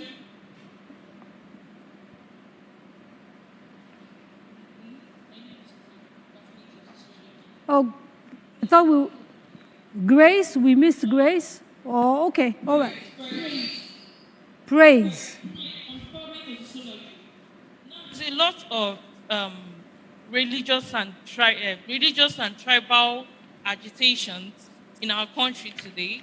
Now, I want to know, most people actually feel maligned or slandered based on your belief. When you become president, or if you become president, what do you want to do about this? Curtis is also on standby. Curtis, let's have your question quickly. Okay. Final one from Enugu, and then we'll come back to the studio, please.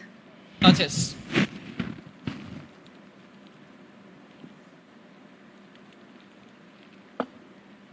Hello, my name is Joshua Curtis, DK Jr.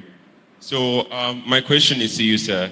If elected, what will you do differently in the areas of extrajudicial killings, especially those committed by the Nigerian police and our armed forces? We know of the SARS era, the things that they do. What will you do differently that the current government hasn't done? And then also, how do you include young minds like my humble self into the governance and also make us able to make decisions for others who are young like us? Thank you. Thank you very much. That's a whole bunch of questions. And I didn't hear some of them, but I heard that of a Okay, so lady. we'll start with the ones you heard, and then I will. We started out of the jog your lady memory. who was talking about what we'll do to end the incessant strikes, and the fact that the rich people are sending their children at the expense of those children of the poor abroad. See, this is something I know very well because I track this, and you're a journalist. We used to do this together. I track how much money is spent in sending children of the rich at the expense of the poor to school. You discover that an average son of a politically connected or a politically exposed person going to a school in the UK is spending over maybe £200,000 a year, the big schools. And if you break that down to Naira, it could almost build a building, a structure that has over 6 classrooms that is of the highest standard. They are stealing it from you. That is why I said, as part of our policy, that whereas we have no right to stop anybody from sending their children to school abroad, but they also have no right to steal our money to send their children to school abroad. And as a result, those monies that are retained, we will use it to give study grants to students that are going to school in Nigeria. In Denmark, Norway, students are paid to stay in school to the point that sometimes when they are supposed to spend 4 years in school, they spend 6 because they don't want to go. What's the population of Denmark? No. Stop talking about the population. The population of Nigeria is big. The problem is the population of the thieves, which is not big, but they are taking the biggest of our resources. So we want to stop that. Let everybody who can afford to send their children to school, send their children to school. It's your problem. But don't steal government funds to send your children to school and then prevent students who are supposed to have access to their own national resources. Please take note them stay at home. of my follow-up question. And the reason I will ask it now is... And I wanted to answer that guy that said he wants to be in our government. Let him join our party. This is a youth party. No more ancestors in government when we win. No more ancestors. Yeah. There are a few more questions I need you to deal with. And when you are done with them, perhaps come back and talk about how you deal with corruption, since you were talking about how to deal with the money. Okay, so somebody asked... what your, whether you remove subsidy. Oh, subsidy. Yes. I think we should stop calling it subsidy. Okay. That's maybe it will make it easier. That particular name has been demonized. The subsidy they say we have in Nigeria is the subsidy of the oligarchs, the people who are importing petrol alone. When you take crude out of Nigeria, crude, after the state has a capacity to get a lot of products, including your hair shampoo. We take our own crude out, we go with a whole crude. When we are coming back with just gallons of petrol, kerosene, Jet A1, and that's all. And we see petrol at nose. Our solution is to repair our refineries. And before you shout, oh, Showore has come again, you are helping one man in Lagos to finish his refinery. But this government has already said that subsidy is going out in June, so presumably you don't disagree. I'm not taking, what I'm saying is that whatever the poor people of this country can enjoy from government, the only thing they enjoy, we'll keep it. But we will not allow the oligarchs to add their own bill on top of it. Let me tell you, kerosene is not subsidized. Yes. How is it that it's not giving us any palliative? Diesel is not subsidized. Why is it that we are not getting anything in return for unsubsidized diesel? So they just criminalize and demonize subsidy as if you can't support your citizens. So you must, I'm not from Nigeria. Let me just put this in. I'm not a U.S. citizen, guys. Hear this out. While COVID was going on, the U.S. government sent me 3 checks. I was in detention. They were sending me money. I'm not even their citizen. Is that not subsidizing your citizenry? Our own leaders, they were hiding palliatives. No, it's true. From the people, until the people went and liberated the palliatives in Jos. Did you not hear that? Okay, so we cannot keep saying that government does not subsidize. Government subsidizes everywhere. In fact, the most subsidized people in Nigeria are the elites, the oligarchs. The problem is I'm not too sure that anybody here doesn't know what the problems are. I'm giving you, I'm saying I'm... So I've told you I'm not removing happened. Subsidy, but don't call it subsidy so that to make it look bad. Okay, so we must support our citizens who are vulnerable. There are 130 million Nigerians who have been thrown into the poverty market. Way? How do you just treat them as if they are nobody? Is your practical plan? Because I have to assume I've you've talked about repairing refineries. You have 4 refineries in Nigeria. You will carry on subsidy until refineries have been sorted. And when you fix refineries, you will have more than enough. How do you ensure that the subsidy, like you said, is not stolen and you only pay for the subsidy that goes directly to the people? I'm asking for practical plans. Was I not the one who outed all the subsidy thieves on Sahara Reporters in 2004? Did you forget? I know them individually. By the time I come to government, they know that they're out of business. Because I know them. I know all the people who are in charge of stealing subsidy money in Nigeria. I'm not saying this to brag. I know them, they know me. I know what each one of them is stealing. I know people who were importing water into Nigeria under Jonathan, who called it petrol. Okay. Did it not happen? Okay. That they were prosecuted, they were arrested, but they were never prosecuted till today. Let me bring in Malam, because another issue that Nigeria seems to have is the cost of governance. Yes. You know, a lot of money and resources going to maintain essentially a tiny minority of people? I mean, people would argue a government is essential, civil servants are essential, but perhaps we're not efficient in the way we sort of run our government, etc. What are your thoughts regarding the problem with the sort of cost of governance, and what is your party thinking of doing about that particular problem? As you said, everybody knows the problem. Cost of governance is high in Nigeria, and it needs to stop. How do we stop it? Nigeria has 3 arms of government. You have the legislature, executive, and the judiciary. Take a look at every arm. What are its functions? What are its divisions? What are its roles, those under it? And what does it consume?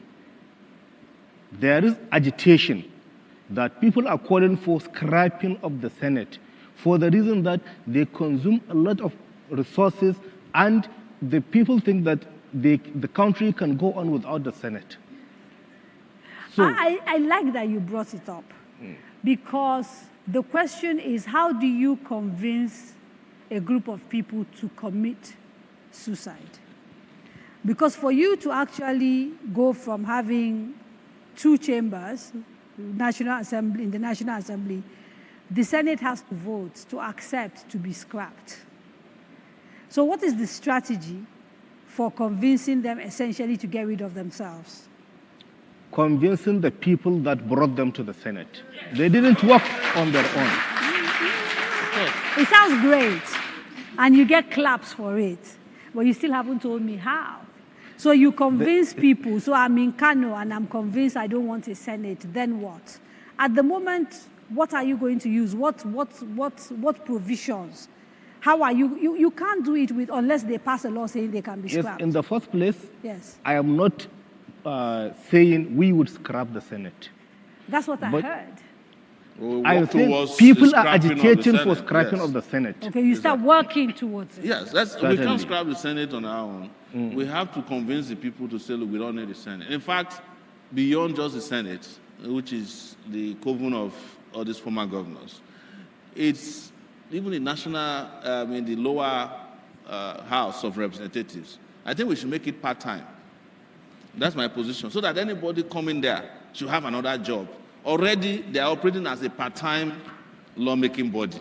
I think the Senate, according to Premium Times, didn't sit for the allocated amount of times that ought to make them a full-time Senate. So they are already practicing part-time work. Let us pay them part-time salary as well. Okay. I would have preferred if someone like Saraki was practicing as a doctor and as a legislator. I'm wondering why you focused. Because let me ask you this question. I'm wondering why you focused on the Senate and not the House of Reps. And I'll tell you why. The Senate, unlike the House of Reps, ensures equal representation for every state. So every state has 3 senators, yes. Not 4, not 5, So everybody in the Senate, in terms of representation, is equal. Whereas House of Reps, there are variations which many people find unfair because they're driven by landmass, by population, by that sort of thing. So Kano State, might have more legislators than, say, Zamfara State or Enugu State. Let's grab the House of Representatives then. Right. Yes, so because I was trying to understand why you chose Senate and not House of... We came to that conclusion because most of the people in the Senate don't even have any reason to be there. And our goal is to reduce the cost of government. And I was also apart from cutting the legislative arm into size, because South Korea doesn't have a Senate and they are doing well. Senegal doesn't have a Senate and they are doing well. We also want to reduce a lot of baggages in federal ministries, departments and agencies. For instance, I don't know any reason why Nigeria should have a minister and a minister of state. They are doing essentially the same job. Get rid of the minister of state, keep the minister. A lot of organizations have replicated duties. We wipe them out again, and reduce, and this will have impact because we are looking about a compact government. We are not going to deny it. I agree with you completely that the cost of governance is too much and it's very top-heavy, and it includes the presidency. And I don't want to repeat it here that they have a fleet of jets that Buhari said he wanted to reduce It just kept increasing it. So what we are saying is that the cost of governance is too much. I even worry why any Nigerian president needs an Aso Rock, which can be converted to a children's hospital. The president doesn't have a family that's huge enough to be living in that zoo, as they call Aso Rock, that is fenced in 3 places. Whereas if you go to the White House of the US, it doesn't have that many bedrooms. If you go to number 10 Downing Street, I don't know how many bedrooms are there, but there are not as many as number 7, one building in Aso Rock. So I'm just using that as an analogy on how much we spend wasting our money doing nothing. So presumably when you get in there, to determine what should go and come, there would be some sort of process. Exactly. That's why I'm saying that the Constitution needs to change. For instance, if we don't change the Constitution, we can't scrap. You look at the beautiful argument you presented now about the House of Rep. We have just put them in trouble. Now we are going to be thinking about scrapping them No, I wasn't presenting it to make an argument. I was just trying to understand the business. Because the House of, let me tell you the advantage that they have that the Senate doesn't have, is that they are also where you find minorities that are never represented anywhere. So communities, one of the arms have to go. Right? That's in our view. We are running fast out of time. So let me take a quick break so that when we come back, we take a few more remote locations and we try and wrap up this conversation. You are watching The Candidates. The candidates of the AAC, Mr. Yele Sowore and Malam Magashi. Don't go away.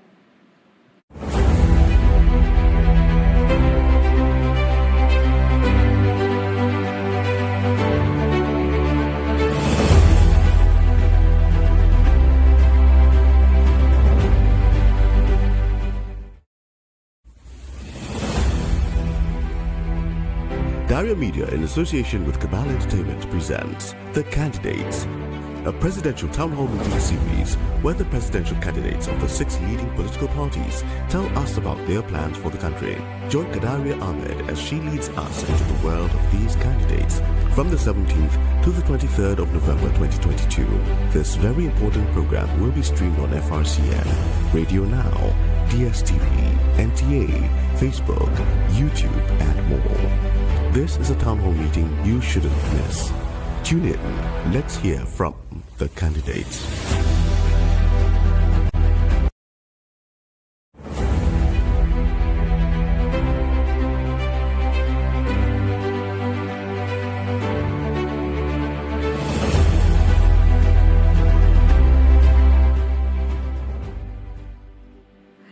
Welcome back. You are watching The Candidates. And we're going straight to the University of Abuja, where Ruth is on standby. And please note, we can only take 2 questions. And if you can keep them tight, we really would appreciate it because we're running fast out of time.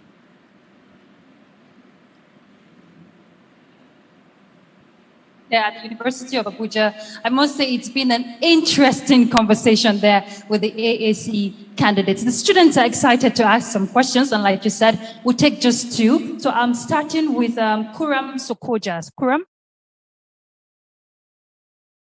Hello, good evening. I'm Kuram Sokoga from Economics Department. My question is, in view of the present state of economic recession, inflation, the degradation of the Naira, and balance of trade deficit, what are the steps you want to take as incoming president to solve all these alarming issues that has brought about economic breakdown?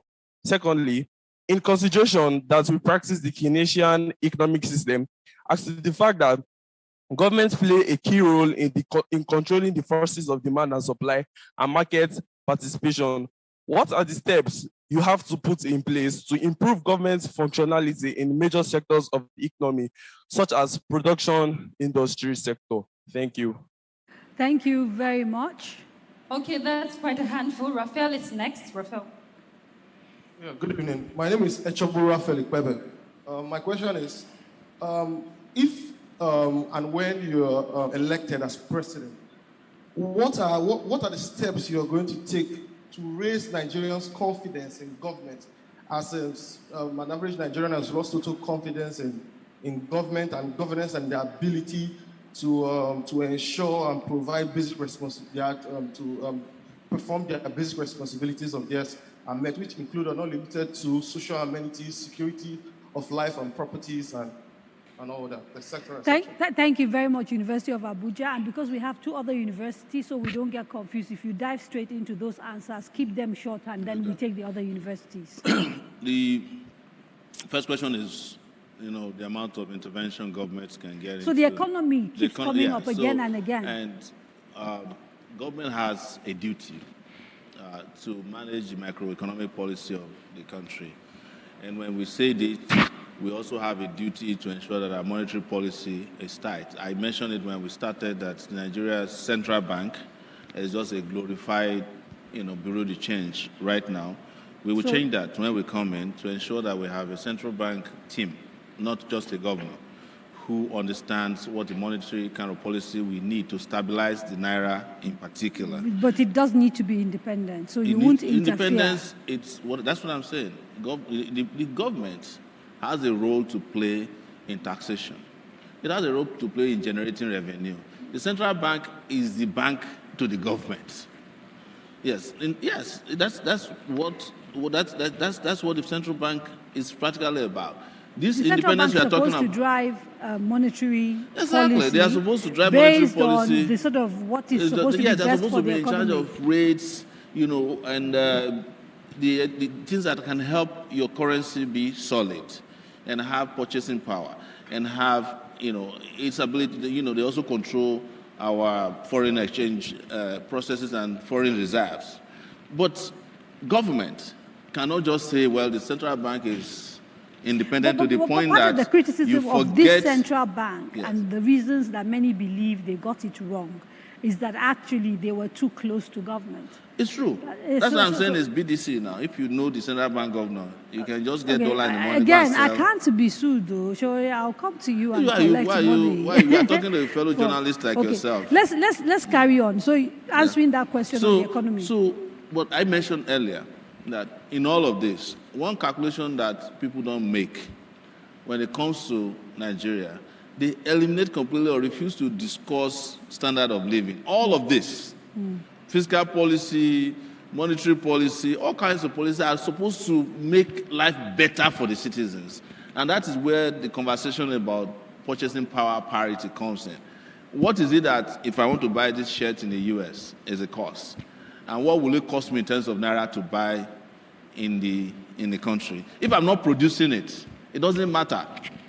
Whether I like it or not, it costs me more because my currency is weak. Okay, so and there was a question sort of related to that, which was about productivity. Yes, because at the moment we're not you can't get into product. You can't have a production argument in Nigeria without fixing the power sector, the energy sector. And that is why I keep discussing how to bring light and discuss about energy and energy transition and to look at a variety of energy sources and how we can be a real participant in international market for these products. Can you take the question on confidence and how you can rebuild confidence in governance and government, given where we are today? To be brief, what do the people want from the government? If they get what they want or what they desire or what they expect, they have confidence. They need peace, security, justice, social amenities, and what have you.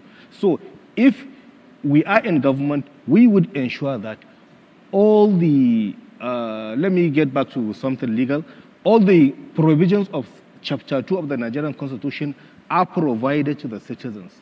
If the citizens have a food to eat, have a shelter, have an education, they won't need anything and they would respect the government that supplies that. So it's a question of basically if the government keeps its side of the bargain, certainly the contract between citizens. Yeah, that's social contract. I have to go now quickly to the University of Ibadan and Nero is joining us. Hello, Nero. Good evening.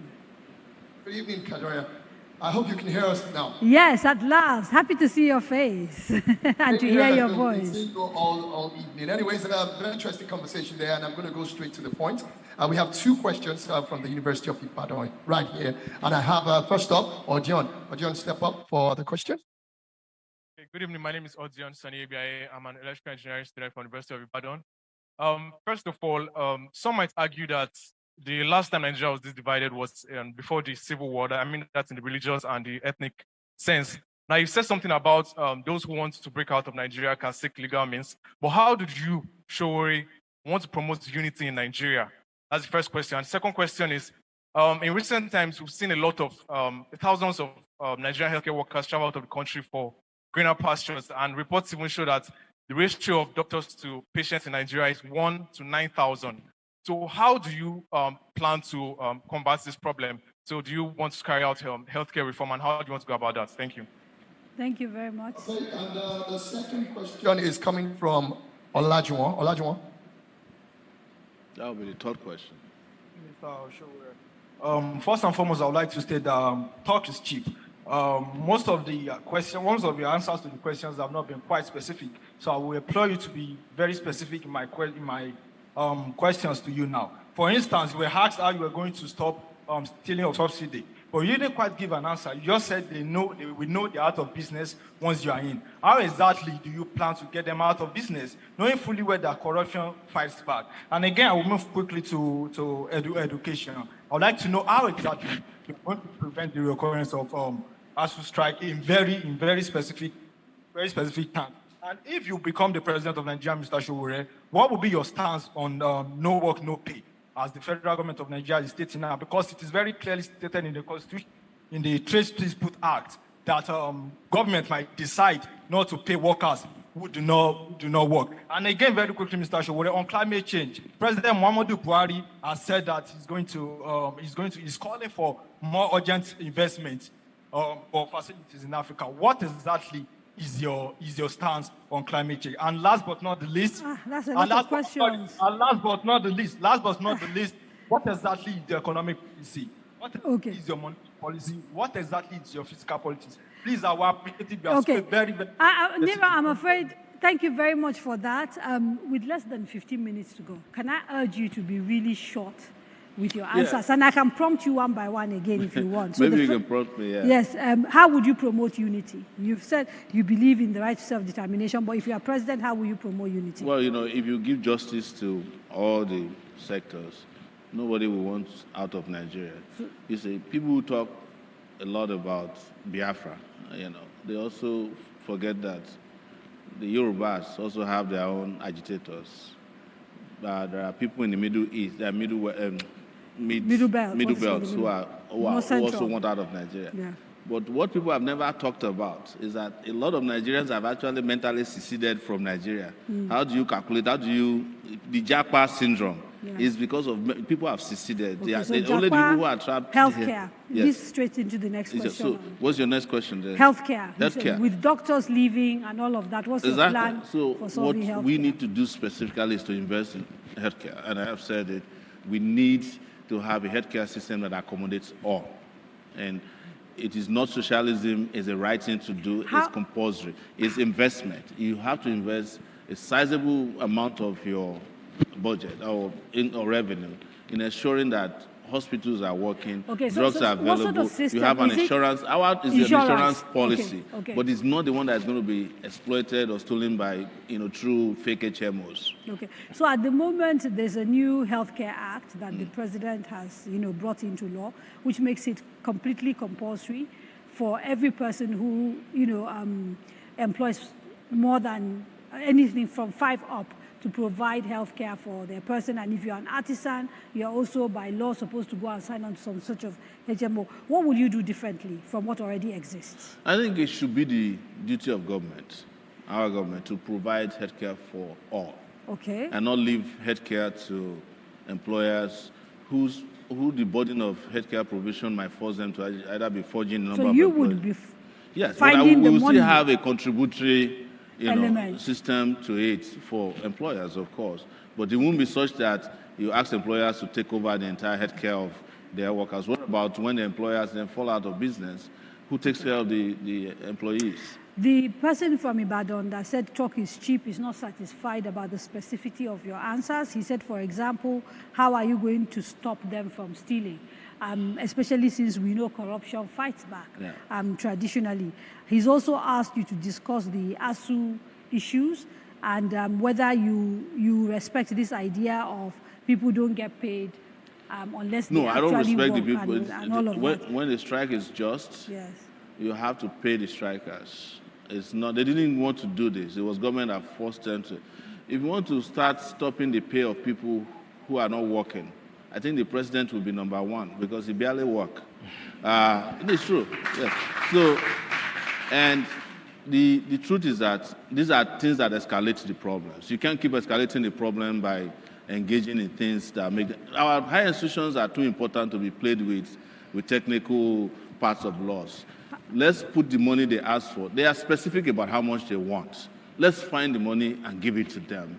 And make sure. But their demands go beyond money. There are 7 demands that ASU is making of the and Nigerian the demands have been the same since the 90s. Because I was in the University of Lagos when Jega was president of ASU. So you wouldn't rethink education at all, like some people are saying, create a situation where universities become independent, they're able to get endowments, and education is too private, important. Because let me in explain other this places where education works, education is not as cheap as it is in Nigeria. Education, so people actually, if you look at how much we pay to train doctors, it's not also as expensive as they think. In the 90s, the IMF and the World Bank came to this country and said, "Don't invest in education. It's too expensive. It's waste. Let people pay for their education." But the same people came back and recruited 8,000 doctors from the education they didn't want us to invest in 1990. This is hypocrisy. Victor you cannot compare is on education to anything. In Bielsa, and I don't really want to waste their time because they're the last school we're going to. But you still haven't talked about, the thieves, yes, who are stealing the subsidy, yes, but talk is cheap. How do you intend to fight them? I don't belong to the category of talkers. If a student, he should go and do research about me at the University of Lagos. I'm not a talk is cheap person. Okay. Let's go to Victor, who is in Bielsa, and join our last remote site because they've been very patient. They've been listening. Thank you, Canaria. Very heated conversation there at the studio, and it has sparked a lot of comments here at Bielsa Center. We have 2 questions that will be asked. I will call on Honorable Elliot Osuno to ask the first question, then we'll move to Honorable Alawi. Yeah, good evening. I am Honorable Chief Augustus Elliot Osuno, the former legislator. Kindly answer this question.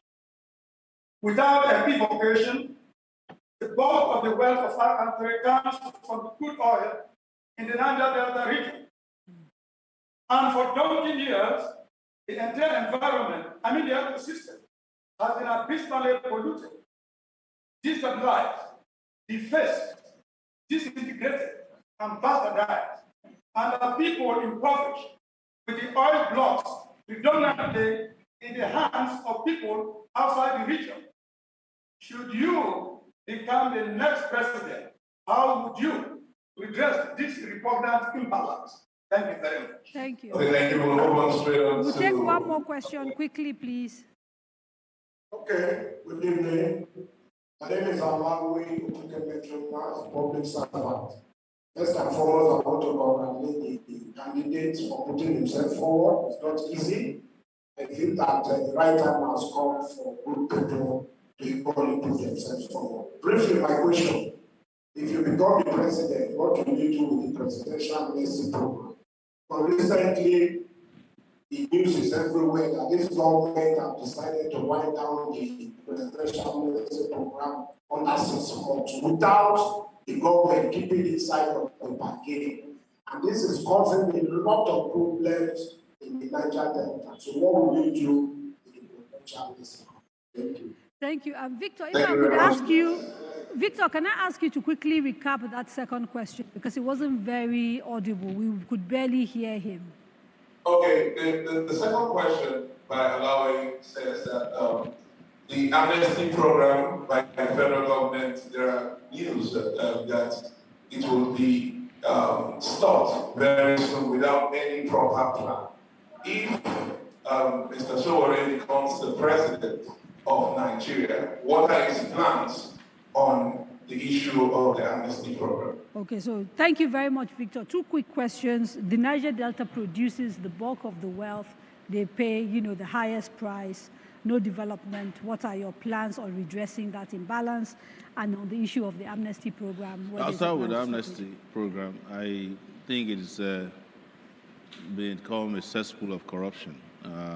But I like the program, and I will develop into a concrete. So you like the principle of it? And what I like the principle of it because I brought peace to the Niger Delta. But that peace cannot last on the basis of this ad hoc-ish intervention in Niger Delta. The amount of money you are giving to Amnesty can be used to build universities that will train lots of Niger Deltans. Locally. And they could have finished the roads, the East-West Highway that has now been washed away. A lot of development could have come from that. What I would agitate for is for the Niger Delta region to get a larger portion of the oil resources. So to that extent, you can say that I'm biased on the side of resource control.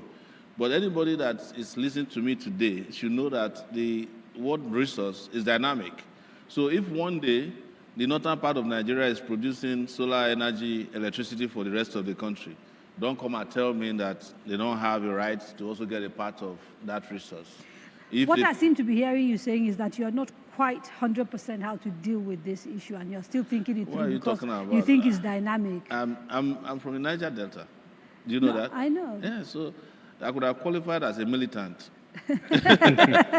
so I understand the problems. You see, because part of what we should understand here is that problems that are well understood, there's no reason for us to be parading any level of intelligence that the solutions to Niger Delta problem, a lot of Nigeria problems, it's not a thing you can resolve on a TV interview for 2 hours. With regards to those who say, be specific. If you want to see specific, ask for manifesto. We have manifesto online, by the way, on Showred 2023. And by the way, some of your manifesto issues seem to be at odds with your personal issues. So page 32 of your manifesto, for example, they talk extensively about carrying people along in order to get things done. But when we listen to you sometimes, we almost feel like you are marching at it alone because you think you alone can do it. The fact that I'm passionate about how fast Nigeria should have developed doesn't mean that I don't carry people along. I believe in people. I've been on the side of the masses. The injuries I've suffered the most, I've suffered because even when I could have been comfortable, I come back to take on battles with others. So you can't claim that we don't carry people along when we organize some of the biggest protests. Okay, we have just about from time to time. 5 minutes to go. So I want to ask one final question of you and then use the remaining 3 minutes, if you answer it quickly, to allow you to wrap up and sort of give your final message to the electorate. I noticed that when you set up the party AAC in sort of 2018, you started out as chairman. Then you became the presidential candidate and therefore had to step down as chairman. You lost elections and then became chairman again of the party. And you've now stepped down again to run for the elections. How come? Is it that there aren't people qualified enough to chair your party? Because the optics of it look like this is a Showore party, as opposed to sort of something that encompasses a diversity of people, if you keep moving from chairman to presidential candidate and back again? I'm glad you asked, and I want to answer you directly. We set up the party in 2018, and we sort of decided in agreement with INEC that we'll have interim leaders until we go to a convention, and the convention of the party was supposed to happen after the 2019 election because we didn't have much time. When the election was over, the party was hijacked. Yes, we didn't get a chance to enter into all that trouble. So we couldn't go to convention. Right. And I was arrested when we were protesting against and going to court about it. And there was no opportunity to do any election until we won in the Court of Appeal on June 2nd. So when we won, elections were 6 days away. We had to run around the country to set up. That's why I stepped down again. As soon as this election is over, we will go to a proper convention, and I promise I'm not going to contest as party chairman again. Okay. Literally in 30 seconds, Malam Magashi, a final opportunity to speak to Nigerians, the electorate, and tell them why the duo of you and Mr. Showore represent the best option for Nigeria. I will urge Nigerians to read our manifesto. There is something very important that we have not talked, but we don't have time something that is sticking on the knob of the northern part of Nigeria, that is the Almajiri system. We have a very versatile and workable framework for the Almajiri system to work. I assure the northerners that if we get into power, there would not be Almajiri that would be begging. We would separate that aspect of Almajiri, that is studying religious big knowledge and the begging. Yeah, Mr. Showore, 30 seconds, your final words to the electorate. You know, the meaning of Almajiri is somebody who travels to seek knowledge, yes, not somebody who begs. Yeah. So he's very clear on that. But Nigerians have seen the difference. I'm glad that I ran in 2019, and I wish you elected me and did not select somebody who didn't win the election to lead you. This time around, we're looking forward to credible, free, and fair elections, and we hope, having heard from us, those of you who are undecided, that you know who the right person is to lead this country to liberty. We want to put liberty on the ballot. Mr. Yele Showore and Alan Gageshi, thank you so much for joining us. And that's it for the candidates for today. Tomorrow, we sit down with Dr. Rabiu Musa Kwankwaso and Bishop Idahosa of the New Nigeria People's Party, the NNPP. Please join us. And I want to thank our partners, Cabal Media, NTA, FRCN, Zikoko Citizen, News Central, Kaftan TV, so many of them, actually, whose names I can't remember, Silverbird, Radio Now. Thank you so much for taking this conversation out. Trust TV. See you tomorrow. It's now time for the network news of the NTA. Have a good evening.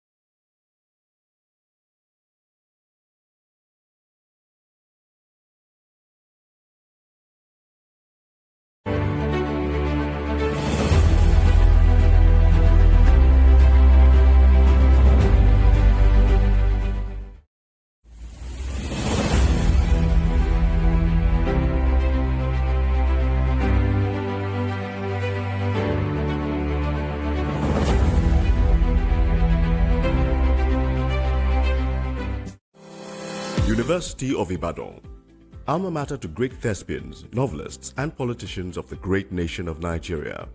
The University of Ibadan is located in Oyo State, southwest Nigeria. It was founded in 1948 and was one of many colleges within the University of London.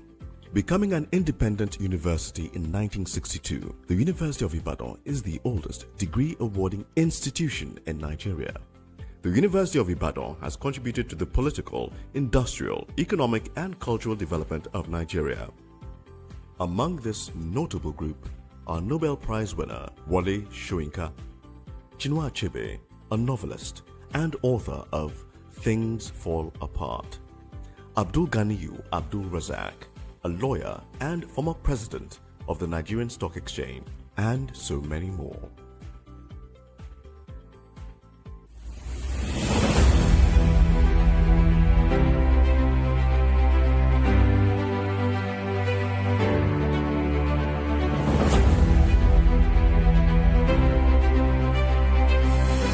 Bayelsa is an oil-producing state in the south-south region of Nigeria. It was created in 1996 by the then military administration. Bayelsa has also produced prominent people such as Ben Murray Bruce, a businessman and senator, Dakori Egbusin Akonde, a Nigerian actress. She is an ambassador for Amnesty International, Timi Dakolo, musician and businessman, and so many more. Recently, Bayelsa has been seriously affected by the flooding situation that has plagued Nigeria.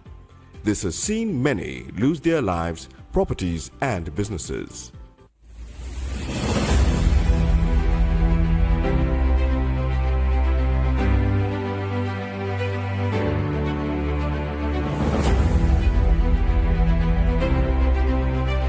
The University of Abuja, the prestigious University of Abuja, nestled in the Federal Capital Territory in the north-central part of Nigeria, was established in 1988 but officially started running in 1990. It was set up as a dual-mode university with the mandate to run conventional and distance learning programs. The university offers diploma, undergraduate and postgraduate degree programs. Popular persons who have graduated from this institution are Kanayo O. Kanayo, actor, filmmaker and lawyer; Iman Suleiman Ibrahim, former Deputy General of NAPTIP; Muhammadu Bako III, a first-class Emir of New Karshi in Nasarawa, and many more.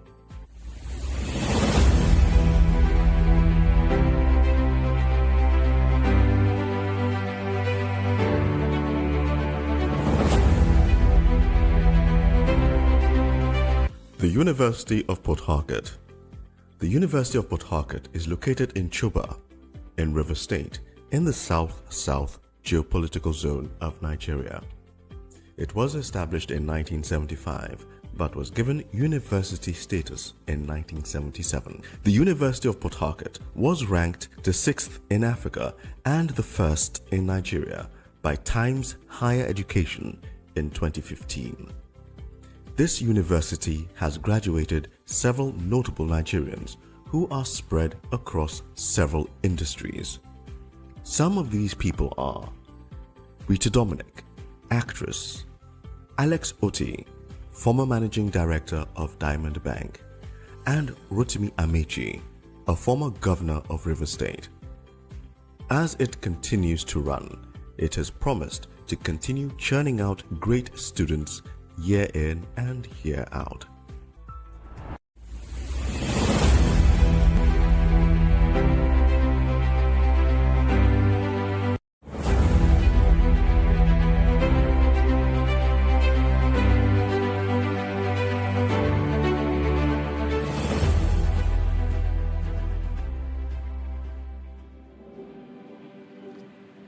And that's the conversation today on the candidates. Kudrat Ahmed sat down with Omoyele Sowore, the presidential candidate of the African Action Congress, and his running mate, Haruna Garuba Magashi. And they essentially were hoping to convince millions of Nigerians eligible to vote in 2023 to send them to Aso Rock. Now, at the start of the conversation, we asked our pundits what we were to expect from Omoyele Sowore and his running mate. Now that the conversation is over, let's find out what they think of the conversation that we've just had. So, quick reaction, Umfon. Going into the conversation, you sort of had your expectations. Now that it's all said and done, what do you make of some of the ideas and some of the responses that we heard from Sowore? So I wish I put money on Sowore tonight. It did not disappoint me. So when I said he was a hardliner, right? He is that, that vociferous. He came up exactly just like I said he would. People said what happened from 2019 till now. would have made him more malleable, more, would I say more savvy, but he's still the hardliner. He doubled down on his anti-rhetoric. So would you say that speaks to his authenticity or would that speak to his inability to be malleable? Authenticity, but here we're talking about an election, which is a game of numbers, right? Your authenticity does not mean that you should not work on your messaging. Do you understand? Do you want to be authentic at the risk of polarizing your views, right? So let me give you an example. You mentioned a lot of things like election denying. He said the last election he won, that they allocated numbers. Election is a big issue. Denying was a big issue, such in the midterm that there was no red wave. Because Americans said, no, there's inflation, there's a lot of things, but one red line we will not go through is election denying. And he came out there and he said, hey, I didn't win the allocated election. That does not have a place in a modern democracy. Do you understand? I said, you can't say that and expect independent people to vote for you. A lot of things here I mentioned very quickly. Okay, so we'll go to that. Let's just, one each so that we can go around the room. So your reaction to the conversation? I think, like Ovon said, he did disappoint. It's just because, for me, many of his answers were quite vague. So even the solutions, he couldn't show to me or describe the how-to. For example, like when he talked about power. And then one of the things I also found very interesting is that he acknowledged that he didn't have enough women in his party, but plans to put 50% of women in his cabinet. How is that going to work when you're not even engaging them yet on a party level? Do you understand? So it just, seems to me that he just came and just threw a lot of words around, and he's not really, prepared, for this. It's just this activist solution of how we don't like this, we don't like this, we don't like. Okay, what is your own solution? And then they're just really just vague here and there. All right, Professor Killer. Well, I think overall, one has a clearer view of the profile of Sowore tonight, especially those who have not followed him at all. It's easy now to describe him or depict him as socialist, Pan-Africanist, and populist. That is the sort of idea. Because of that kind of complex profile, it is easy to see some contradictions. Because he seems to be working towards solution, not moving in a clear ideological way. So, for example, he wants to, on one side, be a very social welfare, state-present government. On the other side, he wants to reduce governance and cost of governance. So that tells you that, in a way, he's reacting to the situation he has at hand. Right. I think to the point my two fellow panelists made, he has to improve his political communication to talk about this is what I'm going to do in very few words. All right. So in just a moment, we'll come back with more from our pundits. This is the Candidates 2022 Pundit Show. Stay with us.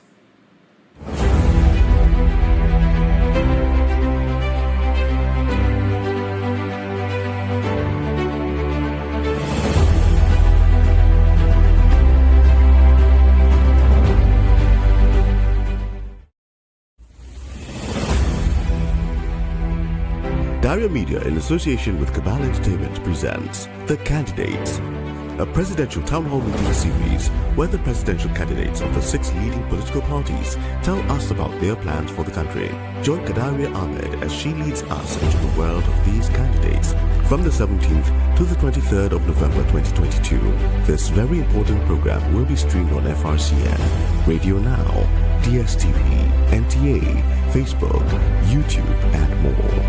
This is a town hall meeting you shouldn't miss. Tune in. Let's hear from the candidates.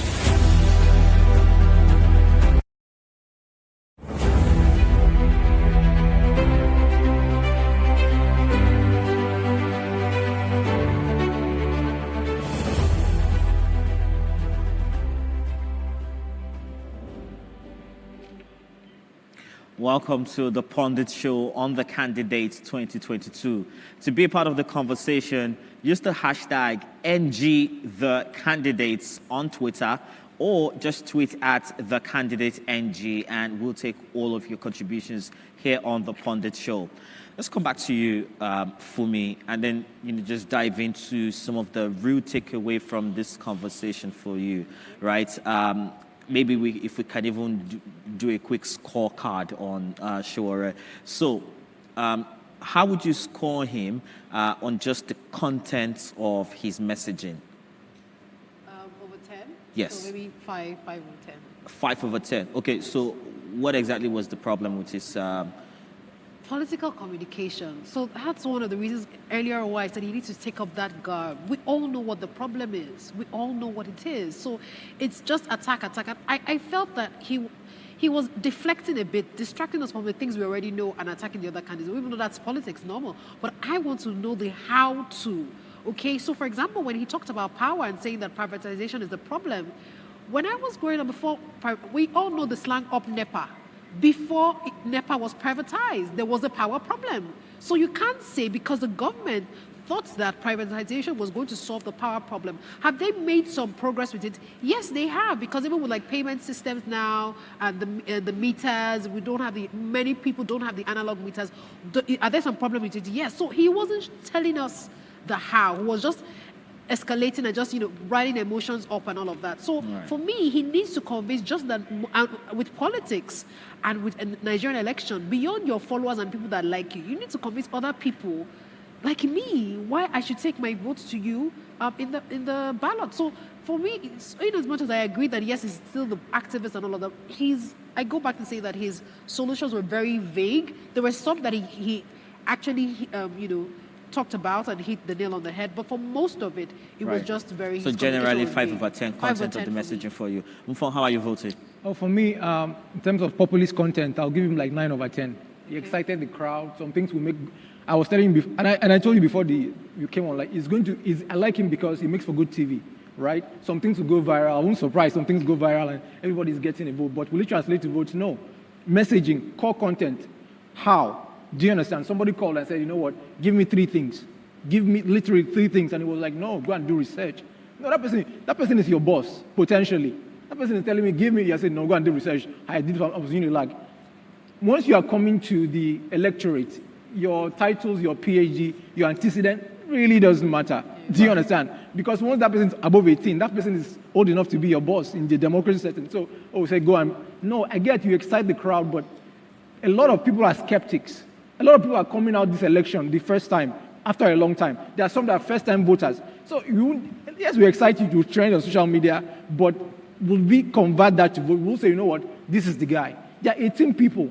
Do you understand? You have not really outclassed them. You have not given us a superior proposition. I'm saying, you know what, this thing, the best thing since sliced bread. Like, you have not made us feel bad for not voting you. Right. We have not gotten there yet. For me, you want to say something? Because I see you moving. Yes, I want to say something. When he was saying that, he was not a journalist and he built Sahara Reporters and what he did with Student Union, I'm like, oh God, Nigeria is complex than this. He's not Sahara Reporters. Sahara Reporters is just a media firm with just a couple of people that you give orders and you pay salaries to.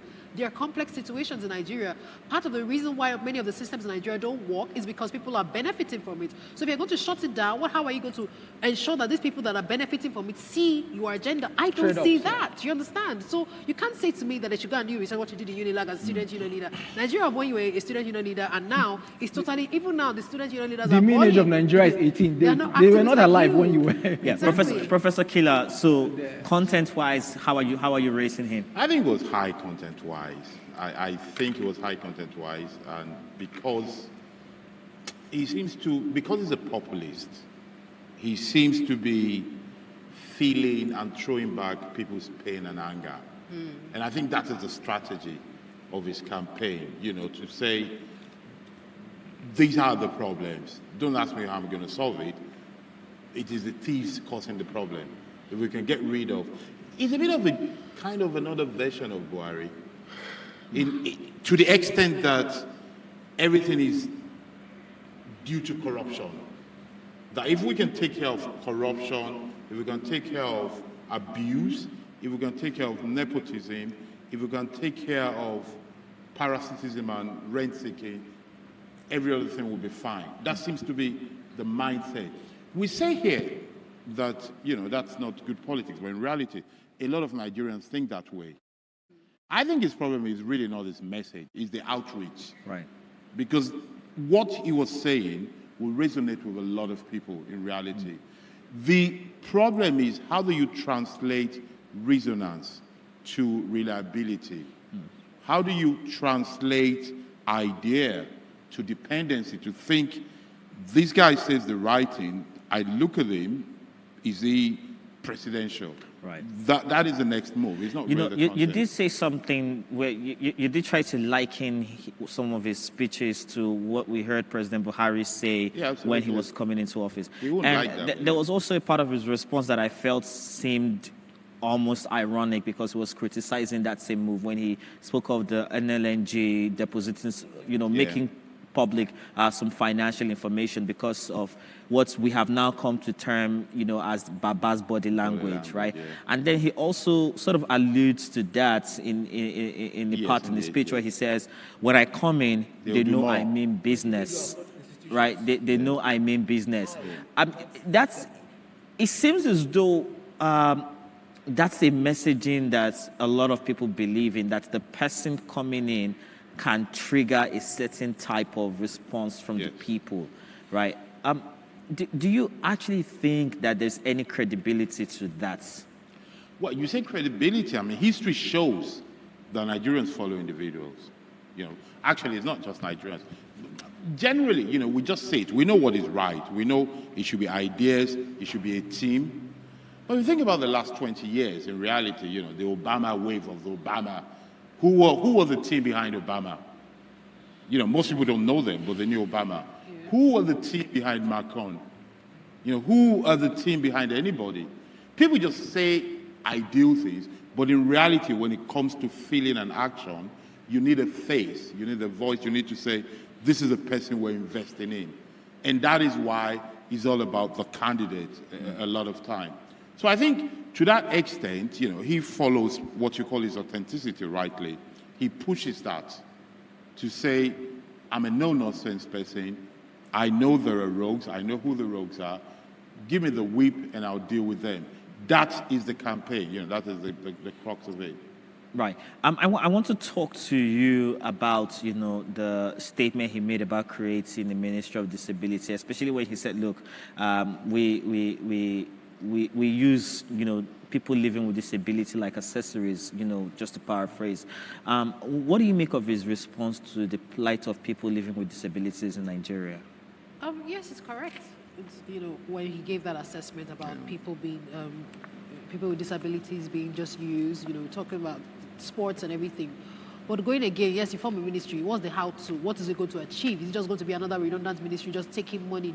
So given a ministry, I don't know how does that solve the problem, because you have to also create systems beyond even this ministry across, across the board. So the ministry will do what? It will solve what and how? So it's fantastic. It's a laudable, idea. It sounds good on paper, but strategy, your idea will have to turn to strategy into action. So what are you going to do next? Yes. He also threw up this rather controversial position and suggested that Kajua might get into trouble for bringing that up. He wants to do away with one arm of the legislature, of the legislature rather. So it's either the Senate goes or the House of Representatives goes. What do you think, Very quickly, what did you think of that? Let me quickly continue from where she stopped. And these are one of the things I'm criticizing, so it's not just out of the moon. He said he hasn't read the law for PWDs. Oh, because of Buhari, anything Buhari. No, I don't understand. Buhari is not your audience. You must dissociate as a leader. I don't like Buhari. He's one here. PWD. It seems like President Buhari is the villain in his story. Exactly. He wants to create this me versus us versus them narrative, and that is good. But you said you just discountenance a PW act, because you don't like a person. No. You say what? I don't like the person, but I'm going to read the law just to know how I can improve and serve the PWD community. Don't say I don't like Buhari, I'm not going to read it. That's why I have a problem with him. He's like, no, I don't like Buhari. No, it's not Buhari. Buhari is gone. In 6 months' time, he won't be here. Let me take the bill. Ignore the messenger. Don't throw it with bad water. That's what people say. Interrogate it. Then you can go back to that. Then unicameral again. You said a brand new constitution without a constitutional amendment. Chickens don't vote for Christmas. It is not in the interest of National Assembly to vote for unicameral. So your messaging is how you coalesce. You say, no, I don't want that. You don't just tell them to come and vote themselves out. Chickens won't vote for Christmas. So you don't just say, I don't want that, I don't want that. It sounds good. As a populist, 9 over 10. I dare to give him a 9.5 over 10. But how do you come and tell me to vote against myself? Hope it's not a strategy. Right. So let's talk about, but I mean, you know, the statement on, you know, his unicameral approach to governance is one that a lot of people picked on and are running with on social media, right? Because like as soon as he made that statement, the tweets started pouring in. What do you think he achieved with, you know, that pursuit of, you know, that pursuit of that point? But with resonance, he achieved the fact that a lot of people believe that cost of governance is high and we should get rid of a lot of people governing us. There are three sides to it. Number one is it shows you the index of trust that people have in governance. You know, whilst they will clap for people in office, whilst they would sometimes force to park on the road and let them go by, those governors in Nigeria should be careful that the road don't like them. They don't trust them. They don't see them as good people that they want to keep there. That thing is popular because they want to get rid of them. So that is one thing. The other point we're talking about is how is he going to do it? I think he did not come across well on how he's going to do it. Because in reality, if you want to reduce, by the way, let me, full disclosure, I do not believe in unicameral system. I think you need a bicameral system. But I'm used to taking unpopular positions because I know what is trending now is this unicameral thing. But if you want to do it, so let's go technical beyond my opinion. If you want to do it, what you do is a social contract before you're voted in. You agree that we are going to reduce the number of chambers once we get in. So that means if you want us to do it, give us more votes. And I think that is the political communication that was missing in what Shure was saying. Yeah. That message should be, we are going to abolish one camera. For us to do it, we need a president and we need more legislators. True. We need people who are going there to abolish it. Yeah. And I think that is a missing link. But, you know, it's 97 days to election. On addressing, on the issue of security, while addressing that, he says that he wants to bring in mercenaries into the country to fight insecurity. When asked how he's going to pay for that, he says wherever they get the money that they loot from. I want to get your thoughts on his position on the use of mercenaries in fighting insecurity in Nigeria. Populist again, because he's saying what everybody will say, because many people don't trust the security system now to say that, okay, the army, the police, they're not strong enough, and even many people believe that the army have been compromised. And so many people will want to will agree to bringing in a mercenary, but you're a presidential candidate. Number one, I don't think you should come out and say that on air. Two, how are you going to do it? Where are you going to hire these mercenaries from to do that? And most essentially, how are you going to fund it? Don't go on and tell us of how monies are stolen, senators are getting money stolen. How are you going to, do that? The how to, unless he's being vague intentionally and saying that maybe if he brings out all his own manifesto and all his ideas, which I read his manifesto today, and maybe they will steal it and use it, but I still don't see how that will solve the problem. Even though, in fairness to him, he did identify the reason why insecurity has become a problem in Nigeria. So he did a fantastic job on identifying the reason and trying to solve that. I think also it's just that show-worry thing of, saying something very, strong and trying to get people all riled up and all of that. Sensational, thank you. Yeah. So that's my take on the message. Professor Killer, you wanted to jump in? I was going to say, I actually agree with him to bring in mercenaries, because what we've done so far has failed. Right. True. So it would be good to bring in a bazooka, a Rambo kind of thing that would just go there and crush the bandits and the terrorists. He says the cost of bringing in mercenaries into the country right now is cheaper than what Nigerians are paying. Oh yeah, well, strongly I agree with how do you react to that? I agree with that. So the military industrial complex, they have a skin in the game. It is on people's interest for insecurity to perpetuate. True. Because there's a business model around it. True. So bringing people that don't have any vested interest makes a lot of sense. I actually agree with them because you can't be spending trillions I don't get any results. So it is in somebody's interest for Boko Haram to continue. It's in somebody's interest for all these things, this franchise. Do you know, it's so bad now that criminality is now as franchise. Yeah. Now on non-government and all. So I strangely agree with him because that part of him I like, radical. Do you understand? Because, hey, if you have spent so much and not gotten anything, we might as well bring in guys from the other side of the world. Right. So in a nutshell, as we wrap this up, do you think that, you know, his message is enough to get Nigerians to tilt in his direction this evening? No, I don't think so. Critical mass, he has brought up issues that other people will take and interrogate and articulate more intelligently, but it doesn't necessarily mean, remember that 17 people, it's not just a monopoly. That's what I was telling you. Some people will take his point, refine it, and regurgitate it, but he'll make it look like they are more politically savvy than him. So right. I don't think you make me vote for Sowore. Right. Fumi, so in addressing, you know, you just went straight into the political messaging, right?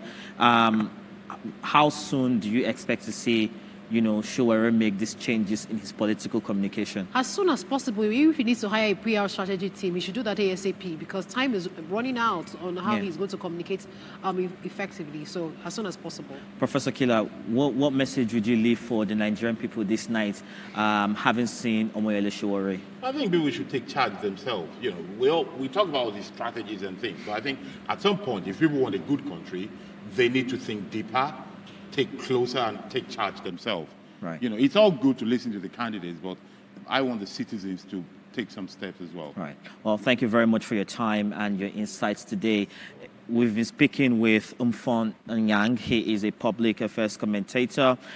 We've also had Fumi Unajefe here. She is a journalist. And of course, Professor Anthony Killer. He's a public affairs commentator and the Center Director, Center for International Advanced and Professional Studies, CIAPS. My name is Chika Ago. We'll see you tomorrow when Kadir Ahmed sits with Rabiu Kwankwaso, the presidential candidate of the new Nigeria People's Party, and his running mates. Have a good night.